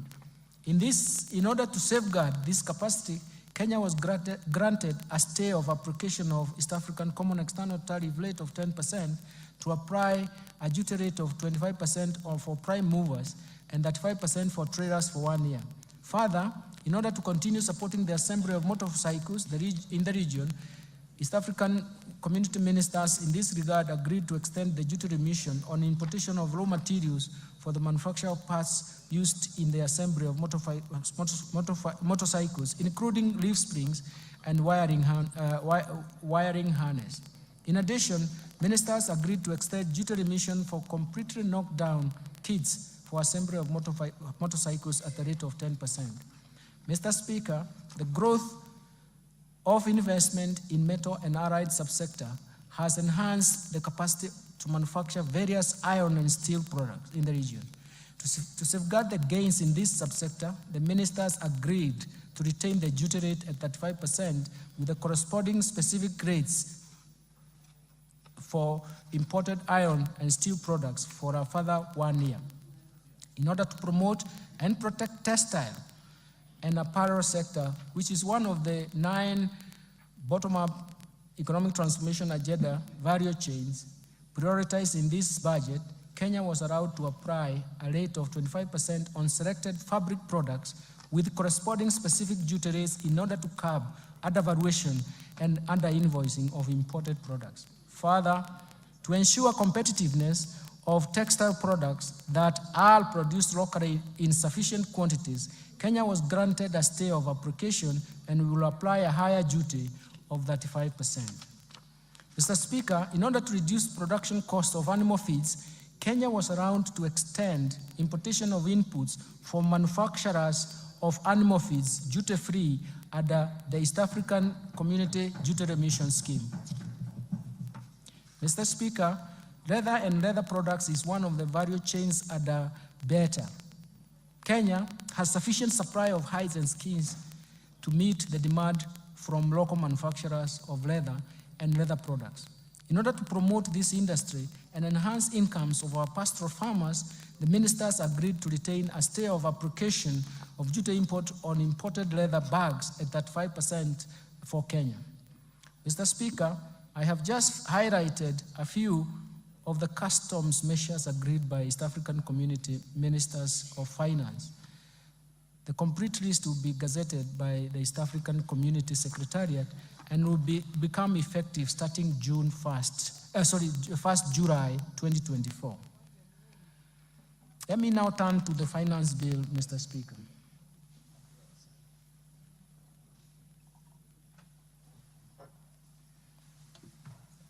Mr. Speaker, allow me to highlight tax policy measures proposed in the Finance Bill 2024.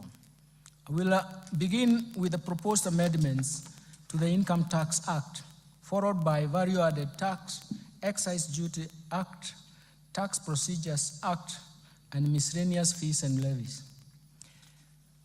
Mr. Speaker, let me start with amendments to the Income Tax Act. Currently, retirement benefits, Mr. Speaker, are subjected to tax. This taxation ceases at the age of 65 years. In order to support the retired employees, I propose to amend the Income Tax Act to exempt all retirement benefits paid from the Registered Pension Fund, Registered Provident Fund, Registered Individual Retirement Fund, and National Social Security Fund and the Public Pension Scheme upon attainment of the retirement age. Mr. Speaker, for the individuals who take up early retirement, this exemption will only apply if the individual has contributed to the pension scheme for a period of 20 years from the date of registration as a member. Mr. Speaker, in addition, the annual limit of pension contribution that is exempt from tax is 30% of the individual income, or Kenya shillings 240,000, whichever is lower. Considering that this limit has not been revised since 2005, and to encourage savings for social security after retirement, I propose to increase this limit to 360,000 shillings per annum. Further, Mr. Speaker, I propose to allow deduction contribution to a post-retirement medical fund subject to a limit of Kenya shillings 10,000 per month.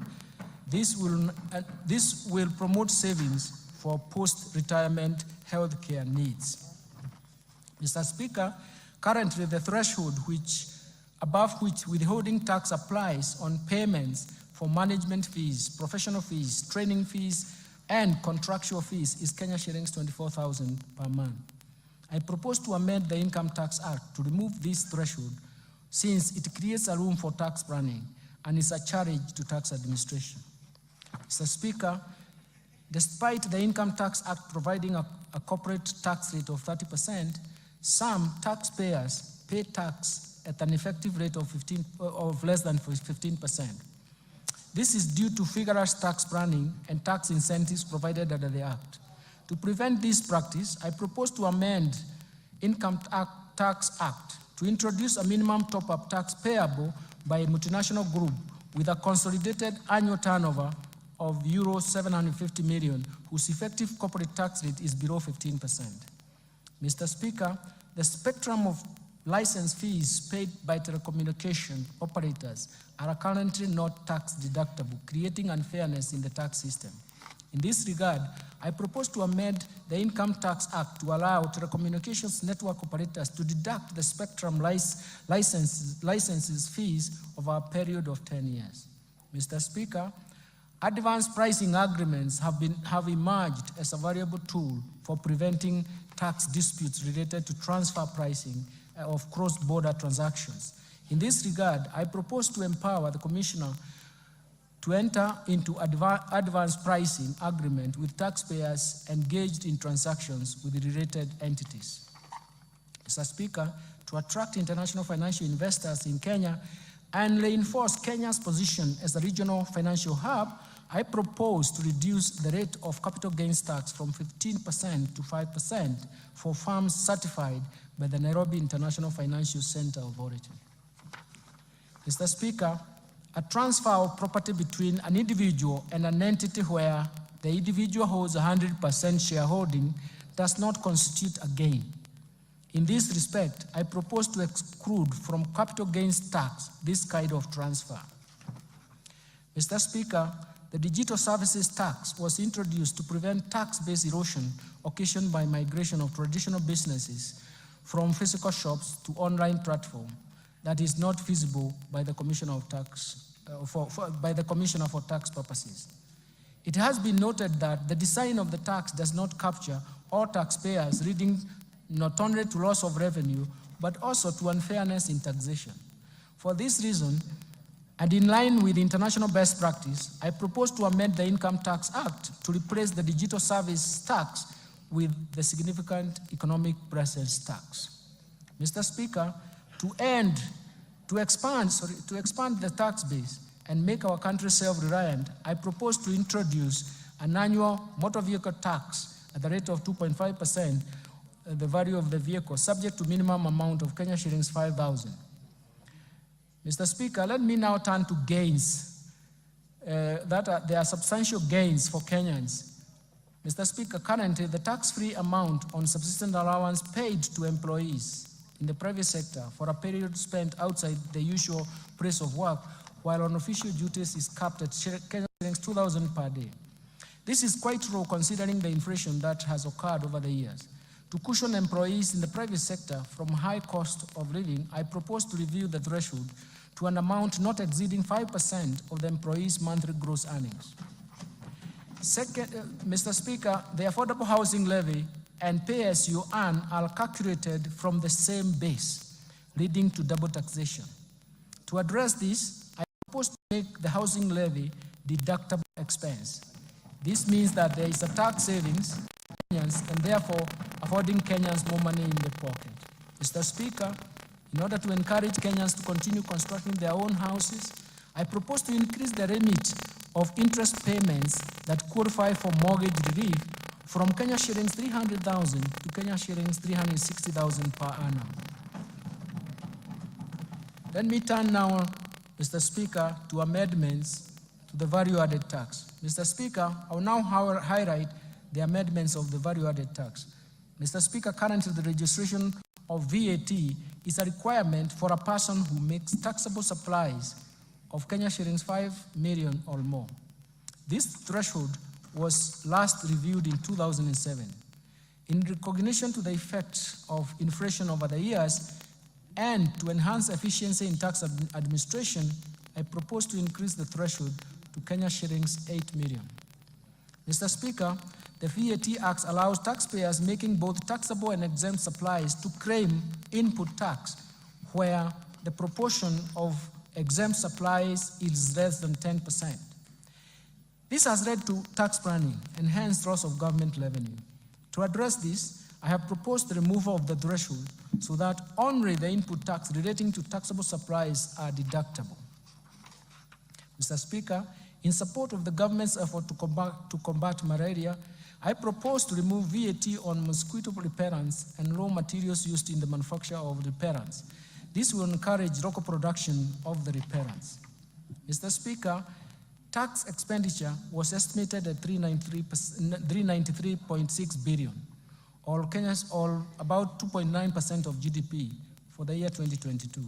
Of this amount, VAT tax expenditure amounted to 248.3 billion, or what is 63.1% of the total estimate of tax expenditure, which is a large erosion of the VAT tax base.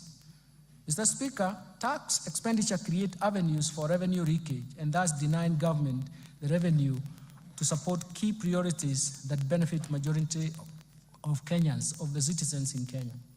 Recognizing the importance of tax expenditure in the promotion of investment and addressing welfare challenges in the economy, and in line with the medium-term revenue strategy, I propose to rationalize the VAT tax expenditure as provided for in the VAT Act in form of exemptions and zero rating based on the following criteria. First, that goods currently exempt be subjected to VAT. Second, zero-rated finished goods and consumer goods and services be exempt from VAT. Third, zero rating be restricted to goods and taxable services meant for export. Based on the above, Mr. Speaker, based on the above criteria, Mr. Speaker, I have proposed several amendments to the first schedule of the VAT Act in order to move some goods and services from exempt to vatable status. In addition, I have also proposed amendments to the second schedule of the VAT Act so that we can move some of the goods and services from zero rating to either exempt status or vatable. This rationalization is expected to expand the VAT tax base and create fairness in taxation. Let me turn now to amendments in the Excise Duty Act. Mr. Speaker, the tax measures I have proposed under excise duty, I propose to change as follows. I propose to change the due date of payment of excise duty on alcoholic beverages from 24 hours within 5 working days after removal from the stockroom. The 24 hours time frame has posed administrative challenges and cash flow, as well as cash flow challenges to the taxpayers. Mr. Speaker, to protect local assemblies and create fairness and equity in taxation, I propose an introduction of excise duty on imported, fully built motorcycle at the rate of 10% of the customs value, in addition to specific tax duty rate of Kenya shillings 12,952.83 cents per unit, whichever is higher. Mr. Speaker, participation in betting, gaming, prize competition, lotteries continues to affect socio-economic fabric of our society, given their addictive nature.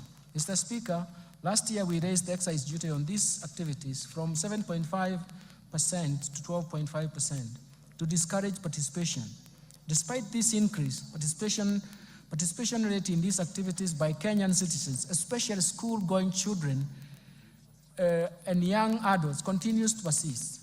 To further discourage this behavior, I propose to increase the excise duty tax rates to 20%.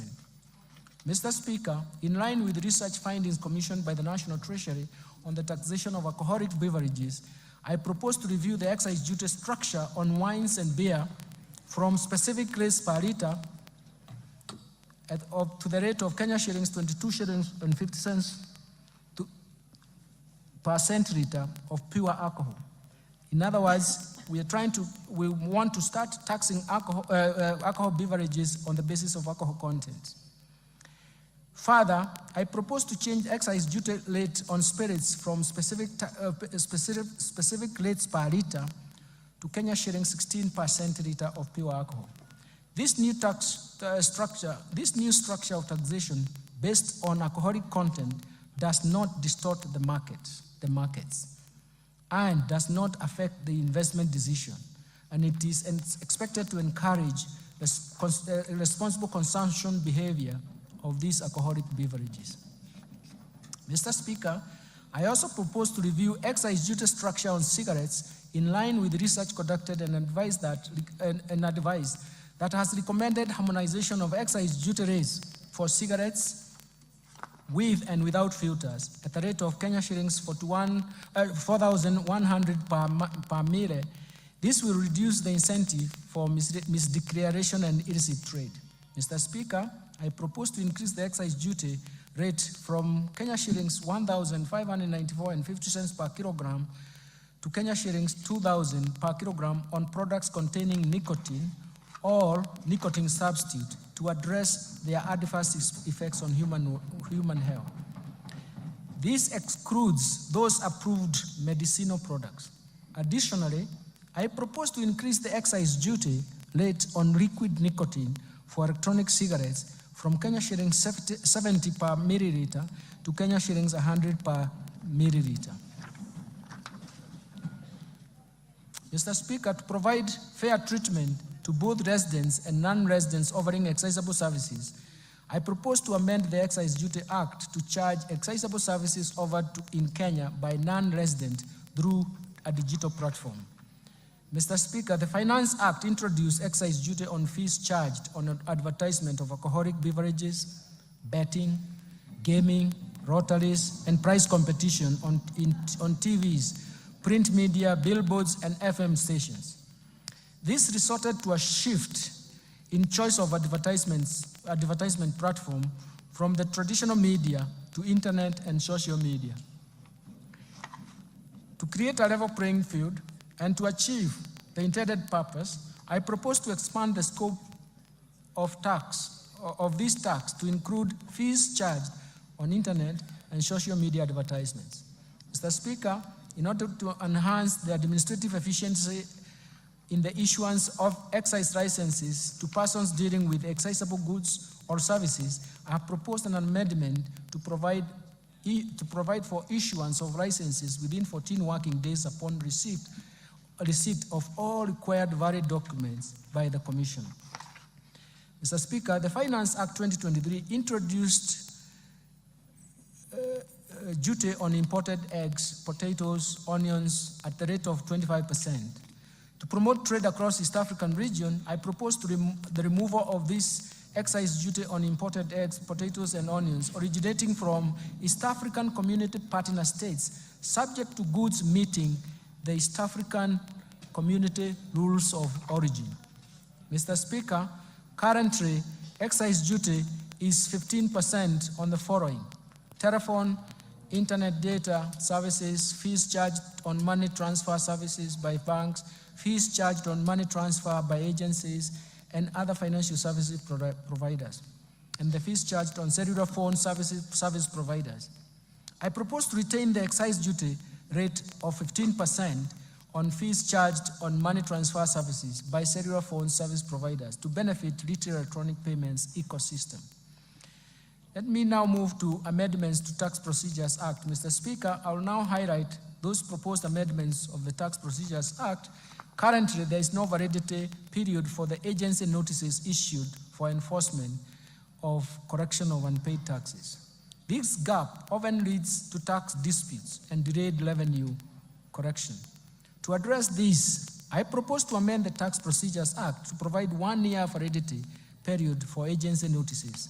Mr. Speaker, in order to align the timelines for claiming VAT and in the Tax Procedures Act and VAT Act, I propose to delete the reference on timeliness for claiming refunds at the VAT Act so that the applicable timeline is the 6 months that is provided under the Tax Procedures Act.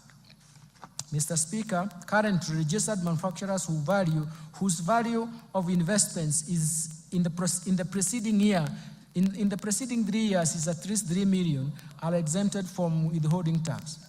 In order to promote equity and create fairness to all manufacturers, I propose to amend the Tax Procedures Act to remove this exemption. Mr. Speaker, I propose to amend the Tax Procedures Act to clarify that enforcement and correction of taxes will be undertaken where a decision of the tribunal or court is in favor of the Commissioner and stay orders have not been obtained against the decision. Mr. Speaker, the 60 days provided to the Commissioner in the Tax Procedures Act to review documents submitted by the taxpayers in support of an objection of tax assessment by the Commissioner are not adequate. To ensure comprehensive review and in order to give the Commissioner adequate time, I propose to extend the timelines to object decisions of the Commissioner from 60 days to 90 days. Let me now move to amendments to miscellaneous fees and levies. Mr. Speaker, last year, 17.5% export and investment promotion levy was introduced on imported goods that are also locally produced in adequate quantities. In the Finance Bill 2024, the list of goods has been expanded and the rate of the levy has been reduced to 3% for most of the goods and others 10%. Mr. Speaker, in order to facilitate the National Intelligence Service to carry out its mandate, I propose to amend the Miscellaneous Fees and Levies Act to exempt the National Intelligence Service from payments of import declaration fee and railway development levy on security equipment and motor vehicles imported or purchased locally for official use. Mr. Speaker, the high production and importation of hazardous goods, particularly electrical and electronic devices, into the country has led to significant increases in electronic waste. We call it e-waste in Kenya. This surge in waste production poses a considerable risk to both the environment and human health. In this regard, I propose to introduce eco-levy on various products to be payable in line with the polluter pays principle. Mr. Speaker, the levy will be imposed under the Miscellaneous Fees and Levies Act. Then we turn to the amendments to the Kenya Revenue Authority Act. Mr. Speaker, to enhance public knowledge and literacy on tax matters, I propose to amend the Kenya Revenue Act to enable Kenya School of Revenue Administration collaborate with other institutions of higher learning, develop curricula, assess, examine students, and award certificates in tax matters. I have submitted this amendment in a separate bill. In conclusion, Mr. Speaker, the government, under the leadership of His Excellency, the President, Honorable Dr. William Samoei Ruto, has succeeded in steering the economy through a very difficult period of global and domestic challenges. Remarkably, the economy has recovered from the lagged effects of COVID-19 pandemic and unwinding from persistent and successive domestic and external shocks that created some permanent effects. Mr. Speaker, the policies and structural reforms outlined in this budget have laid a firm foundation to protect the fragile recovery for a sustained socio-economic transformation. Financing development is critical to this economic transformation. That is why raising adequate revenues is a core pillar to this economic transformation and growth. I'm confident that these measures will create jobs. They will strengthen economic recovery, and they will reduce the cost of living in the country, thereby providing the much-needed relief to the common mwananchi. I therefore urge honorable members and all Kenyans to support the implementation of the measures contained in this budget for our mutual prosperity. Finally, Mr. Speaker, achieving prosperous Kenya requires leadership and support of every Kenyan. For this reason, I wish to thank His Excellency the President, Dr. William Samoei Ruto, and His Excellency the Deputy President, Honorable Rigathi Gachagua, for their continued wise guidance and leadership and even perseverance to long hours of working to get things right. My special appreciation goes to Prime Cabinet Secretary, the Attorney General, my fellow Cabinet Secretaries, and the respective Principal Secretaries and accounting officers and staff of all MDAs for their support and contribution to the financial year 2024-2025 budget making process and contributions to these budget proposals.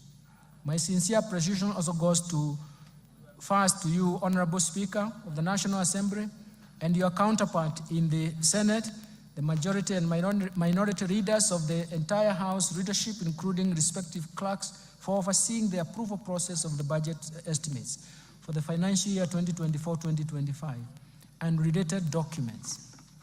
Second, to honorable chairs, members of both Budget and Appropriation Committee and Finance and National Planning Committee, and all the other departmental committees of this House, as well as of the staff of the Parliamentary Budget Office for their constructive input, excellent leadership during the approval process and the discussions that we have had in the process of these budget proposals. Third, let me thank my colleagues, the National Treasury and Economic Planning, led by Dr. Chris Kipto, the Principal Secretary and the National Treasury, and James Mohati, the Principal Secretary of State Department of Economic Planning, for their commitment, dedication, and support in the preparation of this budget process, including their own leadership in their own MDAs.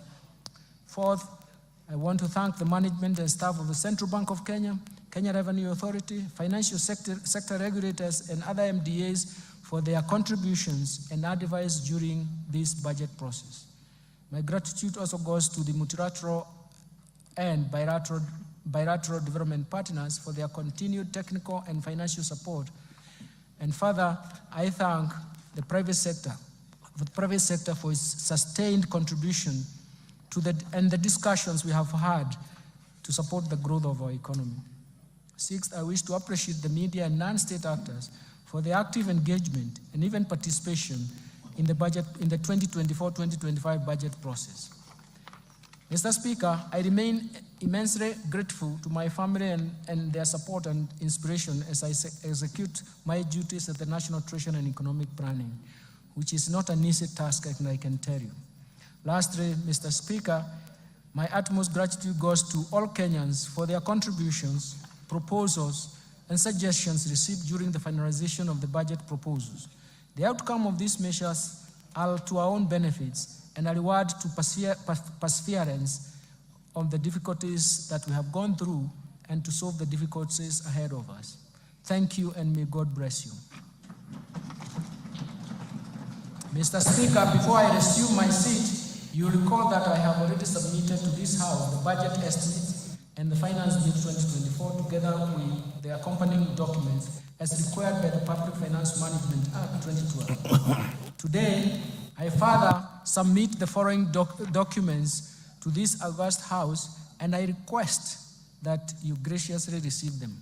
First, the budget statements for the financial year 2024-25. Second, the 2024 budget policy statement.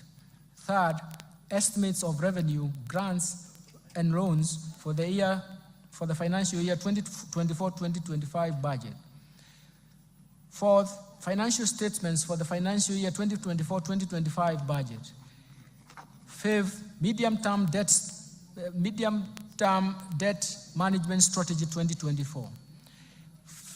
Sixth, budget highlights, the Mwananchi Guide, the financial year 2024-2025 budget.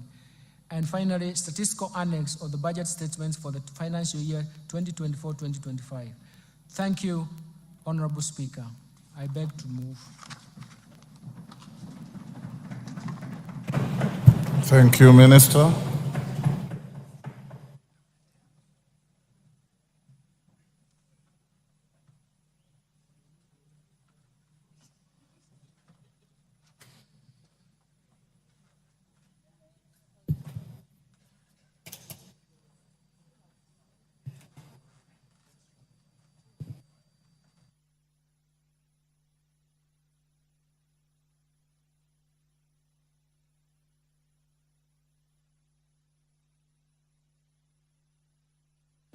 Minister, I'm waiting for the handing over of the documents.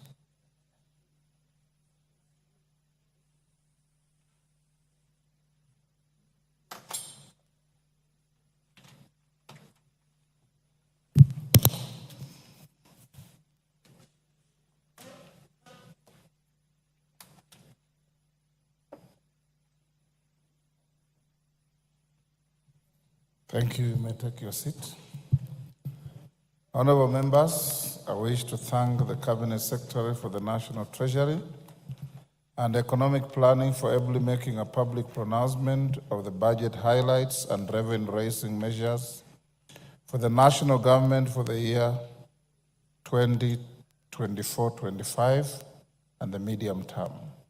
In this regard, honorable members, I wish to confirm that in conformity with the provisions of Article 2211 of the Constitution, Section 37, 39, and 39A of the Public Finance Management Act 2012, and Standing Order 244C, the Cabinet Secretary submitted to the National Assembly the documents and legislative proposals required to implement the national government budget for financial year 2024-25 on 30th April 2024.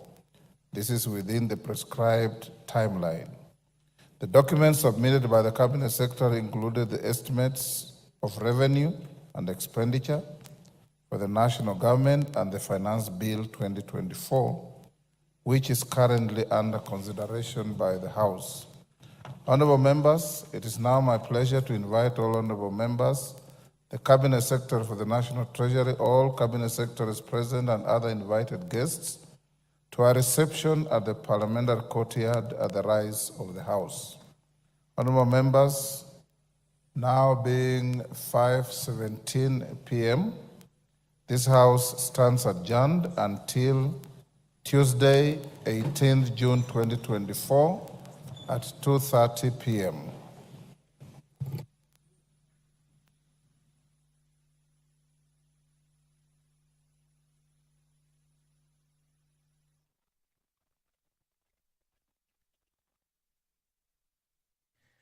The Treasury Cabinet Secretary, Professor Njuguna Ndung'u, has delivered his much-awaited speech, and the CS has focused his speech on four main points: the economic performance, fiscal policy direction, revenue measures, and expenditure plans, where the Cabinet Secretary has outlined how the government intends to allocate its resources across different sectors such as education, health, infrastructure, and security, among other sectors. This is a broadcast that was brought to you by the Parliamentary Broadcasting Unit in conjunction with the Kenya Broadcasting Corporation. My name is Edward Kabasa. That's where we wind up the broadcast of the parliamentary business on this 13th day of June 2024.